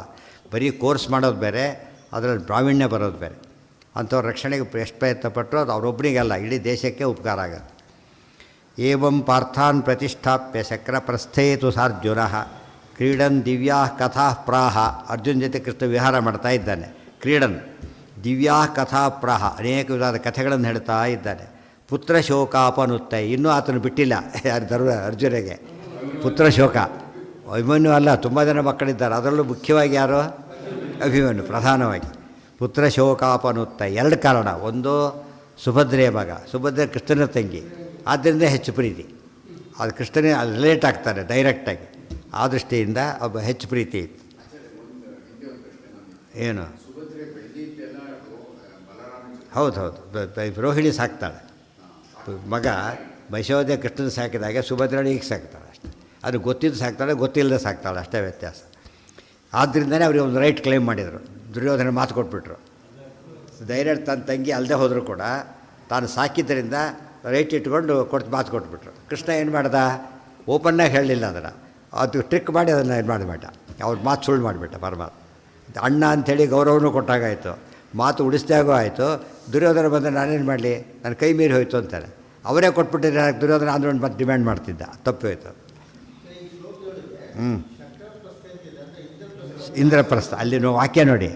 ಏವಂ ಪಾರ್ಥ ಇಷ್ಟು ಮಾಡ್ತಾ ಕೃಷ್ಣ ಸಂಚಾರ ಮಾಡ್ತಾ ಇಂದ್ರಪ್ರಸ್ಥಕ್ಕೆ ಓಡಾಡ್ತಾ ಇದ್ದ. ಅಲ್ಲಿದ್ದ ಪಾಂಡವರು ಹಸ್ತಿನಾಪುರದಲ್ಲೇ ಇರೋದು. ಅರ್ಜುನ ಸಮೇತ ಉದ್ದಕ್ಕೂ ಸುತ್ತ ಹಾಕ್ಕೊಂಬರ್ತಿದ್ರು, ಗೊತ್ತಾಯ್ತಾ. ಕ್ರೀಡನ್ ವಿಹಾರ ಮಾಡ್ತಾ ಮಾಡ್ತಾ ಹೋಗ್ತಾ ಕಥೆಗಳು ಹೇಳ್ತಾ ಇದ್ದ. ಪುತ್ರ ಶೋಕಾಪನುತ್ತಯೇ, ಅಲ್ಲಿಂದ ತುಂಬ ದೂರ ಇಲ್ಲ, ಒಂದು 100 ಕಿಲೋಮೀಟ್ರ್ ಅಷ್ಟೇ. ಶಾರ್ಟ್ ರೋಟಲ್ಲಿ ಹೋದ್ರೆ ಏರ್ ಬೈ ಹೋದಾಗ ಅಷ್ಟು ಕೂಡ ಇಲ್ಲ, 60 ಕಿಲೋಮೀಟರ್ಸ್ ಅಷ್ಟೇ. ದಿವ್ಯ ರಥ, ಸ್ವತಃ ಕೃಷ್ಣನೇ ದಿವ್ಯ, ಪರಮ ದಿವ್ಯ. ಆದ್ದರಿಂದ ಒಂದು ಸುತ್ತ ಹಾಕ್ಕೊಂಬರ್ತಿದ್ರು ಅಷ್ಟೇ. ಹೇಳ್ತಾ ಅದು ಸಮಾಧಾನ ಮಾಡೋಕ್ಕೋಸ್ಕರ ಹಿಂದಿನ ಎಷ್ಟೋ ಕಥೆಗಳು ಹೇಳ್ತಾ ಸಮಾಧಾನ ಮಾಡ್ತಾ ಇದ್ದ ಅಂತ. ಎಷ್ಟು ಶಾರ್ಟ್ ಕಟ್ಟಲ್ಲಿ 60 ಕಿಲೋಮೀಟ್ರ್ ಅಷ್ಟೇ. ನೀವು ರೋಡಲ್ಲಿ ಹೋದರೂ ಕೂಡ 100 ಕಿಲೋಮೀಟ್ರ್ ದಾಟೋದಿಲ್ಲ, ಅಷ್ಟೇ ಹತ್ತಿರ. ತುಂಬ ಅಲ್ಲಿಂದ ಬೀರತ್ಕೋ, ಅಲ್ಲಿಂದ ಡೈವರ್ಷನ್ ತೊಗೊಂಡ್ರೆ ಆಯ್ತು ಅಷ್ಟೆ. ಕ್ರೀಡನ್ ದಿವ್ಯಾ ಕಥಾ ಪ್ರಾಹ ಪುತ್ರ ಶೋಕಾಪನುತ್ತಯೇ ಗೀತೋಕ್ತಂ ವಿಸ್ಮೃತುಂಚಾಸ್ಮೈ ಪುನರ್ವಿಸ್ತರತೋ ವದತ್. ಆಗ ಅರ್ಜುನ ಮತ್ತೆ ಕೇಳಿಕೊಂಡ ಒಂದು ಸಲ, ಕೃಷ್ಣ ನನಗೆ ಗೀತಾ ಅವತ್ತು ಹೇಳಿದ್ದು ಭಾಳ ಉಪಯೋಗ ಆಯಿತು, ಆದರೆ ಬರ್ತೋಗ್ಬಿಟ್ಟಿದೆ. ಅಷ್ಟೇ ಅಲ್ಲ, ಆ ದೊಡ್ಡ ಗಲಾಟೆ ಬೇರೆ ಆ ಕಾಲಕ್ಕೆ, ಟೆನ್ಷನ್ನು ಆ ಕಾಲಕ್ಕೆ ಕೇಳಿದ್ದೆ, ಇನ್ನೊಮ್ಮೆ ಹೇಳು ಅಂತ ಕೇಳ್ತಾನೆ. ಇನ್ನೊಮ್ಮೆ ಹೇಳು ನನಗೆ ಗೀತೆ, ಪುನಃ ಹೇಳು ಅಂತ ಕೇಳ್ತಾನೆ. ಅದೇ ಗೀತೋಕ್ತಂ ವಿಸ್ಮೃತಂ, ಮರ್ತೋಗಿದೆ, ಚಾಸ್ಮೈ ಪುನಃ ವಿಸ್ತರತೋ ಅವದತ್, ಹೇಳು ಅಂತ ಕೇಳ್ತಾ ಕೃಷ್ಣ ಹೇಳ್ತಾನೆ. ನೀನು ಮರ್ತುಬಿಟ್ಟಿಯಾ, ನೀನು ನೆನಪಿಲ್ಲ, ನನ್ನ ಮೂಡಿಲ್ಲ ಅಂತ ಹೇಳ್ತಾನೆ. ನಾನು ಮೂಡಿಲ್ಲ ಅಂತ ಹೇಳ್ತಾನೆ. ಆದರೂ ಕೂಡ ಕೇಳಿದ್ದೆ ಅಂತ ಹೇಳ್ತೀರಷ್ಟೆ. ಅವತ್ತು ಹೇಳಿದಾಗ ಹೇಳೋದಿಲ್ಲ ಅಂತ, ಅವತ್ತು ಹೇಳಿದಾಗ ಹೇಳೋದಿಲ್ಲ, ಆ ಮೂಡೇ ನನಗಿಲ್ಲ. ಅವತ್ತು ಓಕೆ, ಅವತ್ತು ಸಿಚುವೇಶನ್ ಹಾಗಿತ್ತು, ಯುದ್ಧನೇ ಮಾಡ್ತಿದ್ದಿಲ್ಲ ನೀನು, ಇವತ್ತಾದರೆ ಯುದ್ಧ ಮುಗಿದೋಗಿದೆ, ಅವ್ರು ನಿಧಾನ ಮಾತಾಡ್ಬೋದು, ಅಷ್ಟು ಕನ್ಸರ್ನ್ ಇಟ್ಕೊಂಡು ಮಾತಾಡಬೇಕಾಗಿಲ್ಲ. ಅದು ಇದರಿಂದ ನಮಗೆಲ್ಲ ಎಕ್ಸಾಂಪಲ್ ಕೊಡ್ತಾರೆ. ಮರೆಯೋದು ಬರ್ತಾರೆ, ಬದಲು ಕ್ವಾಲಿಟಿ ಸಿಗೋಲ್ಲ, ಹುಷಾರು ಅಂತ ಅರ್ಥ.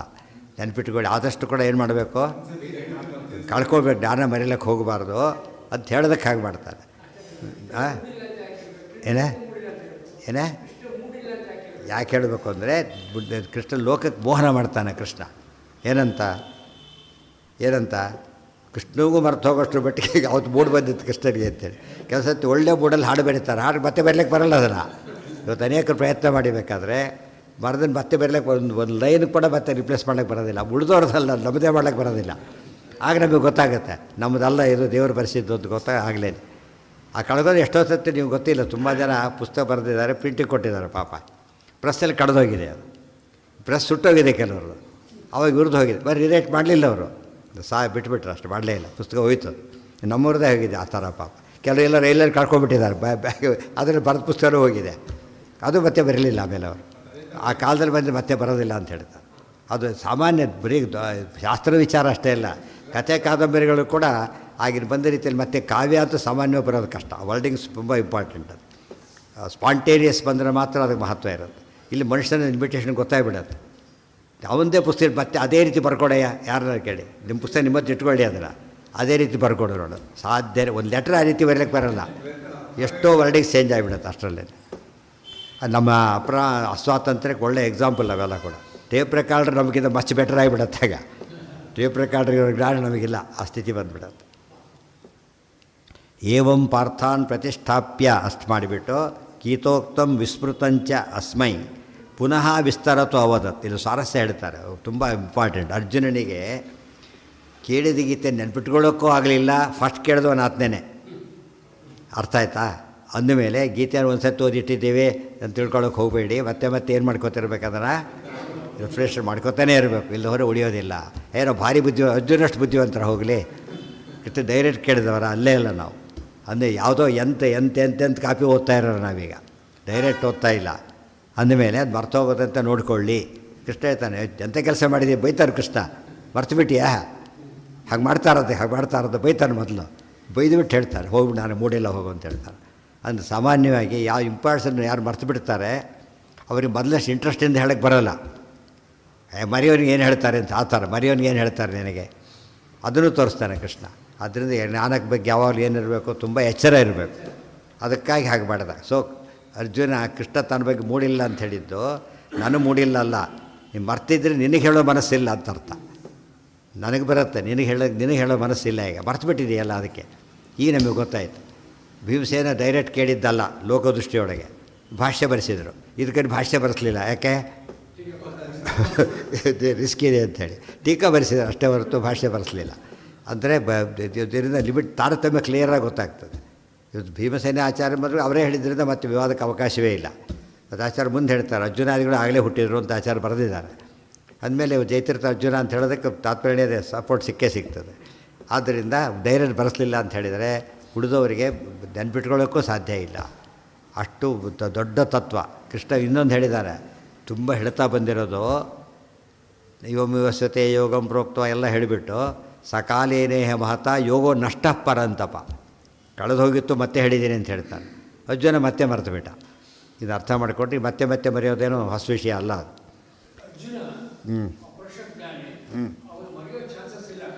ಯಾರು ಹೇಳಿದ್ರು ನಿಮಗೆ ಅಪರೋಕ್ಷ ಜ್ಞಾನಿ ಮರೆಯೋದಿಲ್ಲ ಅಂತ ಯಾರು ಹೇಳಿದರು? ಗೊತ್ತಾಯ್ತಾ?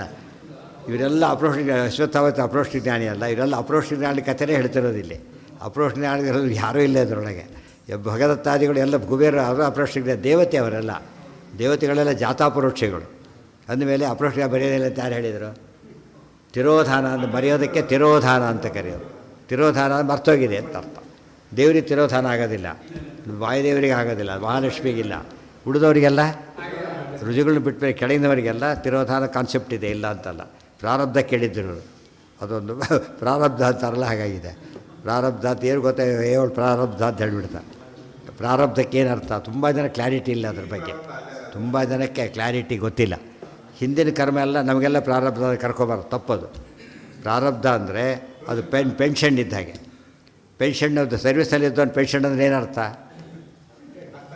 ಅರ್ಥ ಇಲ್ಲ. ಯಾರಿಗೆ ಅಪ್ಲಿಕಬಲ್ ಅದು?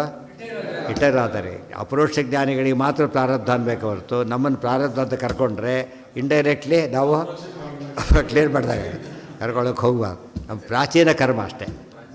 ಹಿಂದೇನ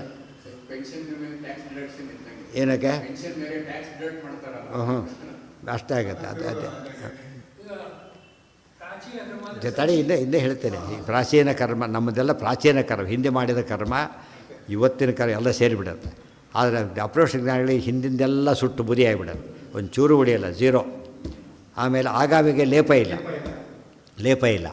ಆದರೆ ಶ್ರೇಷ್ಠಾಪರ ಸೋತ್ತಮ ದ್ರೋಹ ಮಾತ್ರ ಲೇಪ ಆಗುತ್ತೆ, ಅದೊಂದು ಎಕ್ಸೆಪ್ಷನ್ ಅದು. ಆದರೆ ಇನ್ನು ಪ್ರಾರಬ್ಧ ಅಂದರೆ ಏನು ಹಾಗಿದ್ದಾರೆ? ಸಂಚಿತ ಹಿಂದಿಂದು, ಆಗ ಮುಂದೆ ಪ್ರಾರಬ್ಧ ಅಂದರೆ ಏನು ಹಾಗಿದ್ದಾರೆ? ಆರಬ್ಧ ಪ್ರಾರಬ್ಧ. ಪ್ರತಿಯೊಂದು ಕರ್ಮ ನಾವು ಮಾಡ್ತಿರ್ಬೇಕಾದ್ರೆ ಇನ್ನೊಂದು ಕರ್ಮ ಅನುಭವಿಸ್ತಾ ಇರ್ತೇವೆ. ಅರ್ಥ ಆಯ್ತಾ? ಈಗ ಒಂದು ಕರ್ಮದ ಅನುಭವ, ಇನ್ನೊಂದು ಕರ್ಮದ ಮಾಡೋದು, ಎರಡೆರಡು ಒಟ್ಟಿಗೆ ನಡೀತಾ ಇದೆ. ಅರ್ಥ ಆಯ್ತಾ? ಅರ್ಥ ಮಾಡ್ಕೋಬೇಕಾದ್ರೆ ನಾವು ಬರೀ ಕರ್ಮ ಮಾಡ್ತಾ ಇಲ್ಲ, ಅನುಭವಿಸ್ತಾನೂ ಇದ್ದೇವೆ. ಪ್ರಾಚೀನ ಕರ್ಮವಿದು ಬಿಡಲರಿಯದು, ಅವಶ್ಯ ಅನುಭೋಕ್ತವ್ಯಂ ಕೃತಂ ಕರ್ಮ ಶುಭಾಶುಭಂ. ಅನುಭವಿಸ್ತಾ ಎರಡೆರಡು ಕೆಲಸ ಮಾಡ್ತಿದ್ದೇವೆ ನಾವೇ. ಇವತ್ತು ಬಿತ್ತಾ ಇದ್ದಾನೆ, ಹಿಂದಿನ ಊಟ ಹೊಟ್ಟೆಯಲ್ಲಿ ಇಟ್ಕೊಂಡು ಬಿತ್ತಾ ಇದ್ದಾನೆ, ಮತ್ತೆ ಅಂದರೆ ಊಟ ಮಾಡಿದ್ದಾನೆ ಬಿತ್ತಾ ಇದ್ದಾನೆ. ಕರ್ಮ ಇಟ್ಕೊಂಡೇ ಮುಂದಿನ ಕರ್ಮ ಮಾಡೋದು. ಪ್ರತಿಯೊಂದು ಕರ್ಮ ಅನುಭವಿಸ್ತಾ ಇರ್ತಾನೆ. ಅಪರೋಕ್ಷ ಜ್ಞಾನ ಆಗುತ್ತಾಗ ಒಂದಷ್ಟೇ ಅಪರೋಕ್ಷ ಜ್ಞಾನ ಆಗುತ್ತೆ. ಅವಾಗ ಒಂದು ಕರ್ಮ ಅನುಭವಿಸ್ತಾ ಇರ್ತಾನೆ ಅವನು. ಅಪರೋಕ್ಷ ಜ್ಞಾನ ಆಗಿದೆ. ಅರ್ಥ ಆಯ್ತಾ? ಈಗ ಸರಿಯಾಗಿ ಕೇಳಿಸ್ಕೋಬೇಕು. ಅಪರೋಕ್ಷ ಜ್ಞಾನ ಆಗಿದೆ, ಆ ಟೈಮಲ್ಲಿ ಒಂದು ಕರ್ಮ ಅನುಭವಿಸ್ತಾ ಇದ್ದಾನೆ. ಅದನ್ನು ಪ್ರಾರಬ್ಧ ಅಂತ ಕರೀತಾರೆ. ಅದನ್ನು ಮಾತ್ರ ಪೂರ್ತಿ ಅನುಭವಿಸ್ಲೇಬೇಕು. ಹೇಗೆ ಅಂದರೆ, ಹೋಗ್ತಾ ಇದ್ದೀರಿ ನೀವೀಗ, ಜಸ್ಟ್ ಸ್ಟಾಪ್ ಅಂತ ಹೇಳಿದ, ನಿಲ್ಲಿಸ್ಬಿಟ್ಟ. ಆದರೆ ಆಗ ಸ್ಪೀಡ್ ಇತ್ತಲ್ಲ, ಆ ಸ್ಪೀಡ್ ಸಡನ್ಲಿ ನಿಲ್ಲಿಸೋಕ್ಕೆ ಬರೋದಿಲ್ಲ, ಸ್ವಲ್ಪ ದೂರ ಅಷ್ಟು ದೂರ ನಿಲ್ಲಿಸ್ತಾ. ಇದಿಷ್ಟು ಏನದು ಪ್ರಾರಬ್ಧ. ಗೊತ್ತಾಯ್ತಾ? ಮುಂದಕ್ಕೆ ಸ್ಟಾರ್ಟ್ ಮಾಡಲ್ಲ, ಕ್ಲೋಸ್ ಮಿಷನ್ ಆಫ್ ಆಯಿತು, ಈ ಫ್ಯಾನ್ ಆಫ್ ಮಾಡ್ದ ತಕ್ಷಣ ನಿಲ್ಲೋದಿಲ್ಲ, ಎಷ್ಟೊತ್ತು ಬೇಕು ನಮಗೆ. ಅದರಲ್ಲಿ ವೆಹಿಕಲ್ ಇವೆಲ್ಲ ಕಷ್ಟ. ಇದು ಸಿಂಪಲ್. ಇದು ಹಾಕ್ತಾನೆ, ಚಳಿ ಚುಪ್ಪಾಗ್ಬಿಟ್ಟು ಚಳಿ ಇದೆ, ಫ್ಯಾನ್ ಬೇರೆ ಹಾಕಿಬಿಡ್ತಾನೆ ನಡಿ ಅಂತೇಳಿ. -2 ಇದ್ದ ಫ್ಯಾನ್ ಹಾಕಿ ಸಿಟ್ಟು ಬರುತ್ತೆ, ಆಫ್ ಮಾಡ್ತಾನೆ, ತಕ್ಷಣ ನಿಲ್ಲೋದಿಲ್ಲ, ಎಷ್ಟೊತ್ತು ಬೇಕು ಅದಕ್ಕೆ ಅಷ್ಟೇ. ಪ್ರಾರಬ್ಧ ತುಂಬ ಇರೋದಿಲ್ಲ. ಈಗ ಡಿಸ್ಕನೆಕ್ಟ್ ಆಗೋಯ್ತದು, ಬಟ್ ಅದು ನಿಲ್ಲೋದಿಲ್ಲ. ಮೊಮೆಂಟಮ್ಮಿಂದ ಅದು ವರ್ಕ್ ಮಾಡ್ತಾ ಇರ್ತದೆ. ಗೊತ್ತಾಯ್ತಾ? ಅದರಿಂದ ಏನಂತಾರೆ? ಪ್ರಾರಬ್ಧ ಅಂತ ಕರೀತಾರೆ. ಸೊ ಪ್ರಾರಬ್ಧ ನ್ಯಾಚುರಲಿ ಎಷ್ಟೊತ್ತಿರುತ್ತೆ? ಅದು ತುಂಬ ಜಾಸ್ತಿ ಇರೋದಿಲ್ಲ. ಗೊತ್ತಾಯ್ತು? ನಮ್ಮ ಕರ್ಮದ ರಾಶಿ ಮುಂದೆ ಅದು ದೊಡ್ಡದು ಕಾಣಿಸುತ್ತೆ ಹೊರತು ಅದರ್ವೈಸ್ ಮಾಲೆ ಅನುಭವಿಸ್ಲೇಬೇಕಾದ್ರೆ ತಕ್ಷಣ ನಿಲ್ಲಿಸೋ ಸಾಧ್ಯ ಇಲ್ಲ. ದೇವರಿಗೆ ಬರುತ್ತೆ ಆ ವಿಚಾರ ಬೇರೆ, ಅದು ಉಪಮರ್ಧ ಮಾಡ್ತಾನೆ, ಉಳಿದವ್ರಿಗೆ ಬರೋದಿಲ್ಲ. ಅದು ಪ್ರಾರಬ್ಧ ಅಂತ ಕರೆಯೋದು. ಕಂಡದ್ದೆಲ್ಲ ಪ್ರಾರಬ್ಧ ಆಗೋದಿಲ್ಲ, ಅನುಭವಿಸ್ಬಿಟ್ರೆ ಬೋಧೋಯ್ತು. ಪ್ರಾರಬ್ಧ ಕೆಲಸದ್ದು ಏನಾಗಿರುತ್ತೆ ಗೊತ್ತಾ? ಇಲ್ಲೂ ಸಾರಸ್ಯ 5ಕ್ಕೆ ಹಾಕಿದ್ದ ಫುಲ್ಲು, ಆಫ್ ಮಾಡಿದ, 1ಕ್ಕೆ ಹಾಕಿದ್ದ ಬೇಗ, ಅದಕ್ಕೆ ಪ್ರಾರಬ್ಧ ವೇರಿ ಆಗ್ತಾ ಹೋಗುತ್ತೆ. ಗೊತ್ತಾಯ್ತಾ? ಪ್ರಾರಬ್ಧ ವೇರಿ ಆಗುತ್ತೆ. ಅದರಲ್ಲಿ ಸುಖ ಪ್ರಾರಬ್ಧ ಅನುಭವಿಸ್ತಾ ಇದ್ದರೆ ಸುಖವಾಗಿರ್ತಾರೆ, ದುಃಖ ಪ್ರಾರಬ್ಧ ಅನುಭವಿಸೋ ಪ್ರಸಂಗ ಬಂದರೆ ದುಃಖ ಅನುಭವಿಸ್ತಾರೆ. ಆದ್ದರಿಂದ ಇದನ್ನು ತಿಳ್ಕೊಂಡ್ರೆ ಸರಿ. ಅದೆಲ್ಲ ಬರೆದಿದ್ದಾರೆ. ಅದೇ ಸತ್ಯ ತುಂಬ ಜನ ಓದಲ್ಲ, ಆದ್ದರಿಂದ ಕ್ಲಾರಿಟಿ ಇರೋದಿಲ್ಲ. ಕಂಡಿದ್ದು ಪ್ರಾರಬ್ಧ ಅಂದುಬಿಡ್ತಾರೆ.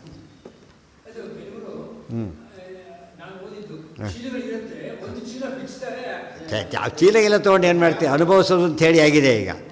ಅದು ಯಾವ ಚೀಲ ಆದರೂ ಅದೇ. ಈಗ ಅನುಭವಿಸೋದು ಅಂತ ಹೇಳಿದ ಮೇಲೆ ಯಾವ ಚೀಲ ತೊಗೊಂಡು ಏನು ಮಾಡ್ತೀರಿ? ಅರ್ಥ ಆಯ್ತಾ? ಈಗ ಆ ಕಾಲಕ್ಕೆ ಏನು ಅನುಭವಿಸ್ತಾ ಇದ್ದೆ ನಾವು ಇನ್ನೀಗ, ಆ ಅನುಭವಿಸೋದ್ರೆ ಪೂರ್ತಿ ಮುಗಿಸ್ಬೇಕಷ್ಟೆ. ಪೂರ್ತಿ ಎಷ್ಟೊತ್ತು ಬೇಕು? ಸ್ವಲ್ಪ ಹೊತ್ತಿರುತ್ತೆ ಅಷ್ಟೇ. ಅದೇ ನಮಗೆ ಇದಾದ್ದರಿಂದ ಜನ್ಮ ಕಾರಣ ಆಗುತ್ತೆ. ಬಟ್ ಮುಂದೆ ಅದು ಅನುಭವಿಸೋಕ್ಕಾದ್ರೆ ಕರ್ಮ ಮಾಡ್ತಾರೆ, ಅದು ಲೇಪ ಇಲ್ಲ.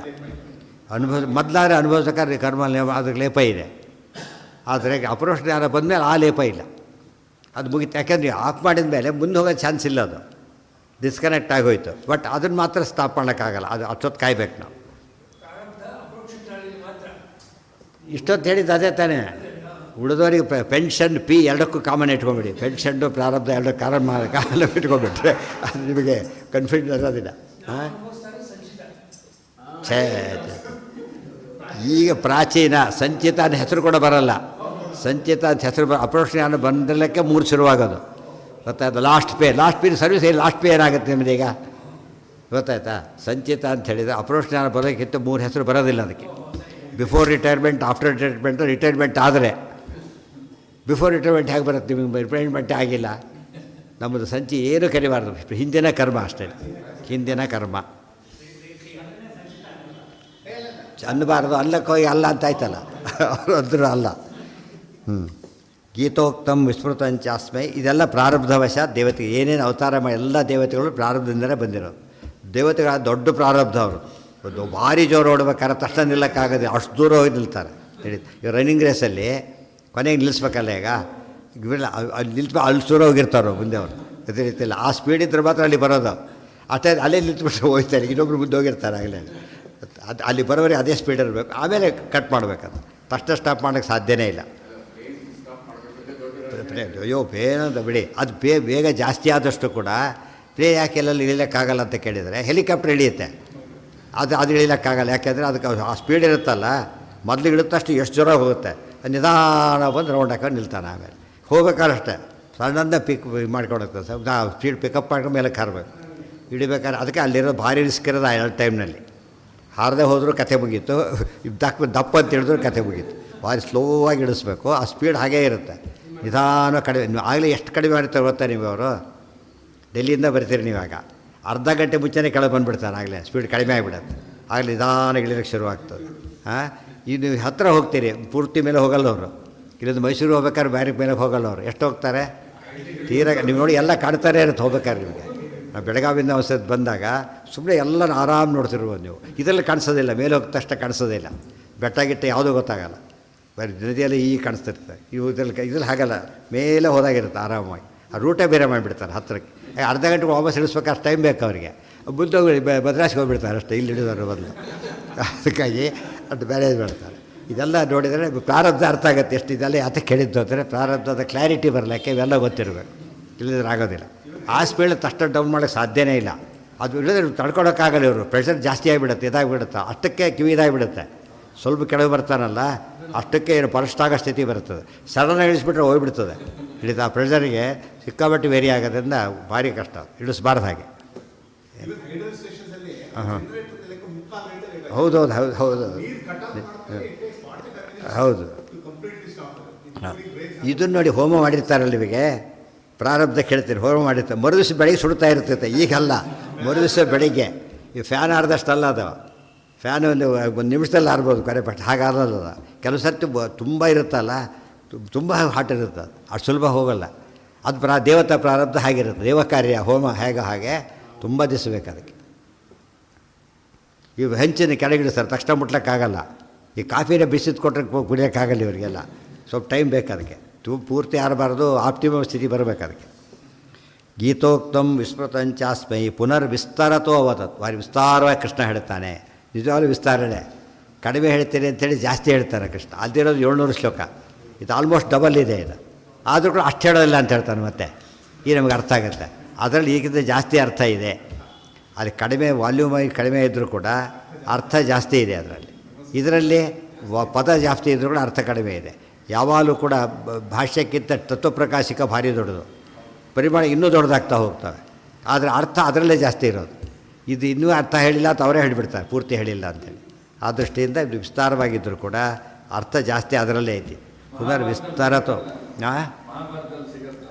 ಸಿಗುತ್ತೆ. ಅನುಗೀತ ಅಂತ ಹೆಸರು ಅದಕ್ಕೇನೆ. ಅನುಗೀತ ಅದೇ, ಅದು ಗೀತ, ಇದು ಅನುಗೀತ, ಎರಡೂ ಸಿಗ್ತದೆ. ವಾಣಿ ಪ್ರಾಣ ಇದು ಕೃಷ್ಣ ಎರಡು. ಕೃಷ್ಣೋದ್ಧವ ಸಂವಾದ ಭಗವದ್ಗೀತೆಯಲ್ಲಿ ಬಂತಾರೆ, ಭಾಗವತಲ್ಲಿ ಬರುತ್ತೆ. ಅದು 2 ಸರ್ತಿ ಹೇಳಿದ್ದೆ. ಅದು 2 ಸರ್ತಿ ಹೇಳಿದ ಆಚಾರ್ಯ ಬರೀತಾರೆ. ಮೊದಲೊಮ್ಮೆ ಹೇಳಿರ್ತಾನೆ ಪರಂಧಾಮ ಕೂತ್, ಆವಾಗ ಕೃಷ್ಣ ಹೇಳ್ತಾನೆ 2 ಸರ್ತಿ ಹೇಳಿ. ಇದು 2 ಸರ್ತಿ ಹೇಳಿರೋದು. ಅದು ಕೃಷ್ಣ ಅರ್ಜುನ ಸಂವಾದ, ಕೃಷ್ಣ ಉದ್ಧವ ಸಂವಾದ. 2 ಕ್ವಾಲಿಟಿ ಹಾಗೇ ಇದೆ. 2 ವಿಷಯನೂ ಮೊರಾರ್ಲೆಸ್ ಕಾಮನ್. ವಿಶ್ವರೂಪ ದರ್ಶನ ಮಾತ್ರ ಇಲ್ಲ. ಈ ಏಕಾಸ್ಕಂದ ಭಾಗವತ ವಿಶ್ವರೂಪ ದರ್ಶನ ಬರೋದಿಲ್ಲ. ವಿಭೂತಿಯೋಗ ಎಲ್ಲವೂ ಅಲ್ಲಿದು ಬರುತ್ತೆ. ಎಷ್ಟೋ ಕಡೆಗೆ ಅಲ್ಲಿ ಎಕ್ಸ್ಪೆನ್ಷನ್ ಇದು, ಅಲ್ಲಿ ಸೈಜ್ ಅಲ್ಲಿರುತ್ತೆ, ವಿಸ್ತಾರ ಇಲ್ಲಿರುತ್ತೆ. ಎರಡನ್ನು ಸರಿಸಿ ಓದಬೇಕು. ಆ ಅಭ್ಯಾಸ ಬಂದಿಲ್ಲ ನಮ್ಮಲ್ಲಿ. ಎರಡು ಸರಿಯಾಗಿ ಓದಿಬಿಟ್ರೆ ಎಷ್ಟೋ ವಿಷಯ ಭಾರಿ ಕ್ಲಿಯರ್ ಆಗುತ್ತೆ. ಗೀತೆಗೆ ಫಸ್ಟ್ ಭಾಷ್ಯ ಕೃಷ್ಣ ತಾನೇ ಹೇಳಿದ್ದು. ಇಲ್ಲಿ ಒಂದು ಅನುಗೀತ, ಒಂದು ಏಕಾಸ್ಕಂದ ಭಾಗವತ, ಒಂದು ಆಚಾರ್ಯ ಎರಡಕ್ಕೂ ಬರೆದಿರೋದ್ರಿಂದ ಆಚಾರ್ಯ ಇಷ್ಟು ಸೇರಿದಾಗ ಗೀತಾ ಭಾಷ್ಯ ಆಗುತ್ತೆ. ಗೀತಾ ಭಾಷ್ಯ, ಗೀತಾ ತಾತ್ಪರ್ಯ, ಅನುಗೀತಾದ ಅರ್ಥ, ಇದರ ಅರ್ಥ, ಏಕಾಸ್ಕಂದ ಭಾಗವತ ಮತ್ತು ತಾತ್ಪರ್ಯದ ಸಮ್ಮರಿ ಕೊಟ್ಟಿದ್ದಾರೆ. ಅದನ್ನು ಎಲ್ಲ ಜಾಯಿನ್ ಮಾಡಿಕೊಂಡ್ರೆ ವಿಸ್ತಾರವಾದ ಗೀತ ಸಿಗುತ್ತೆ. ಅದು ಅಷ್ಟು ಇದನ್ನೇ ಒಂದನ್ನೇ ಓದೋದಿಲ್ಲ, ಅಷ್ಟೇನು ಓದ್ತಾರೆ, ಓದೋದಿಲ್ಲ, ಓದಬೇಕು. ಹಾಂ, ಎಲ್ಲ ಸೇರಿಸಿಲ್ಲ. ಅದು ಗೀತಾ ಭಾಷ್ಯ, ತಾತ್ಪರ್ಯ 2 ಮಾತ್ರ ಸೇರಿಸಿರೋದು. ಗೀತಾ ಭಾಷ್ಯದಲ್ಲಿ ಆಚಾರ್ಯ ಏನು ಹೇಳಿದ್ದಾರೆ, ತಾತ್ಪರ್ಯಲ್ಲಿ ಹೇಳಿದ್ದಾರೆ, ಟೀಕಾ ಏನು ಬರೆದಿದ್ದಾರೆ ಅಷ್ಟನ್ನು ಸೇರಿಸ್ತಾರೆ. ಅವ್ರು ಹೇಳಿದ್ದಾರೆ ಭಾಷ್ಯಾದ್ಯುಕ್ತಾರ್ಥ ಸಂಗ್ರಹ ಅಷ್ಟೇ, ಇದ್ರದ್ದು ಸೇರಿಸಿಲ್ಲ. ಅದು ಕಾರಣ ಉದ್ದೇಶ ಏನು, ದೊಡ್ಡದಾಗುತ್ತೆ. ಅದೇ ದೊಡ್ಡದಾಗಿಬಿಡುತ್ತಲ್ಲ, ತುಂಬ ದೊಡ್ಡದಾಗುತ್ತೆ ಅಂತ ಅವ್ರು ಬಿಟ್ಬಿಟ್ರು ಅಷ್ಟೇ. ಅನಂತರ ಅನೇಕರು ಅದು ಗೊತ್ತಿಲ್ಲದೆ ಬಿಟ್ಟರು, ಜ್ಞಾನಿಗಳು ಗೊತ್ತಿದ್ದು ಕೂಡ ದೊಡ್ಡದಾಗುತ್ತೆ ಅಂತ ಬಿಟ್ಟರು ಅಷ್ಟೇ. ಅದನ್ನು ನಾವು ಸೇರಿಸ್ಕೊಂಡ್ರೆ ಇನ್ನೂ ದೊಡ್ಡದಾಗುತ್ತೆ. ಸೇರಿಸ್ಕೊಂಡ್ಬಿಟ್ರೆ ಫಸ್ಟ್ ಕ್ಲಾಸೇ ಬರುತ್ತೆ. ಅವ್ರು ಹೇಳ್ತಾರೆ ಶಿಷ್ಯ ಯಾಂಚನೆಯ, ಶಿಷ್ಯರಿಗೆ ಅನುಗ್ರಹ ಮಾಡಬೇಕು ಅನ್ನೋ ದೃಷ್ಟಿಯಿಂದ ಸಂಗ್ರಹ ಮಾಡಿದ್ದೇವೆ ಅಂತ ಹೇಳ್ತಾ, ಅವ್ರು ಸಿಕ್ಕಾಪಟ್ಟಿ ಬ್ಯೂಟಿಫುಲ್ ಬ್ರದರ್ ಅದು. ರಾಯರು ವಿದ್ಯಾಧಿರಾಜರು ಇಬ್ಬರದು ಕೂಡ ಭಾರಿ ಚೆನ್ನಾಗಿರೋದು. ಗೀತಾಭಾಷ್ಯ ತಾತ್ಪರ್ಯದ ಎಸೆನ್ಸ್ ಸಿಗಬೇಕಾದ್ರೆ ಭಾಳ ಸಿಂಪಲ್ಲಾಗಿ ಯಾವುದೂ ಮಿಸ್ ಮಾಡಿದೆ ಅದರಲ್ಲಿ ಹೇಳ್ತಾರೆ. ಈ ವ್ಯತ್ಯಾಸ ಹಿಂದೆ ಸಾಕಷ್ಟು ಸತ್ಯ ಹೇಳಿದೆ, ಅಲ್ಲಿ ಹೇಳಿದವರು ಅರ್ಥ ಇಲ್ಲಿ ಹೇಳ್ತಾರೆ ಅಷ್ಟೇ. ಇನ್ನೊಂದು ಅರ್ಥ, ಗೀತಾಗೆ ಅತಿ ಕಡಿಮೆ ಅಂದರೆ 10 ಅರ್ಥ, ಅದು ಸುಳ್ಳೆ ಆಗಬಾರ್ದು ಅಂತ ಅದೊಂದು ಬರೆದಿದ್ದರಿಂದ ಅವು ಅರ್ಥ ಆಗಿಬಿಡುತ್ತೆ. ಅವು ವಿಶೇಷ ಅರ್ಥ ಇದೆ. ಅಲ್ಲಿಗಿರಲಿ, ಇದು ಶುರು ಮಾಡೋದೇ ಆಮೇಲೆ ಮಾಡಿ, ಶುರುವಾಗಿಬಿಟ್ಟು ಅದು ಮುಗಿಯಲ್ಲ. ಗೀತಾ ಸಂಗ್ರಹ ಕೊಡ್ತಾರೆ, ಅದು ಪೂರ್ತಿ ಸಂಗ್ರಹ ಕೊಡ್ತಾರೆ. ಒಂದು ದಿವಸದ ಕೆಲಸ ಅದು ಆ್ಯಕ್ಚುಲಿ, ಒಂದು 10 ನಿಮಿಷಕ್ಕೇನು ಆಗಲ್ಲ. ಸೊ ಮುಂದಿನ ಸೋಮವಾರ ಪಾಠ, ಅಲ್ಲಿ ಊರಲ್ಲಿರಲ್ಲ, ಮುಂದಿನ ಸೋಮವಾರ ಪಾಠ ಇರುತ್ತೆ. ಹಾಂ, ಒಂದು ವಾರ, ಒಂದು 6 ದಿವಸ ಸೋಮವಾರದಿಂದ 6 ದಿವಸ. ಹೌದು, ಹಾಂ, ಹೈದರಾಬಾದ್ ಕಾರ್ಯಕ್ರಮ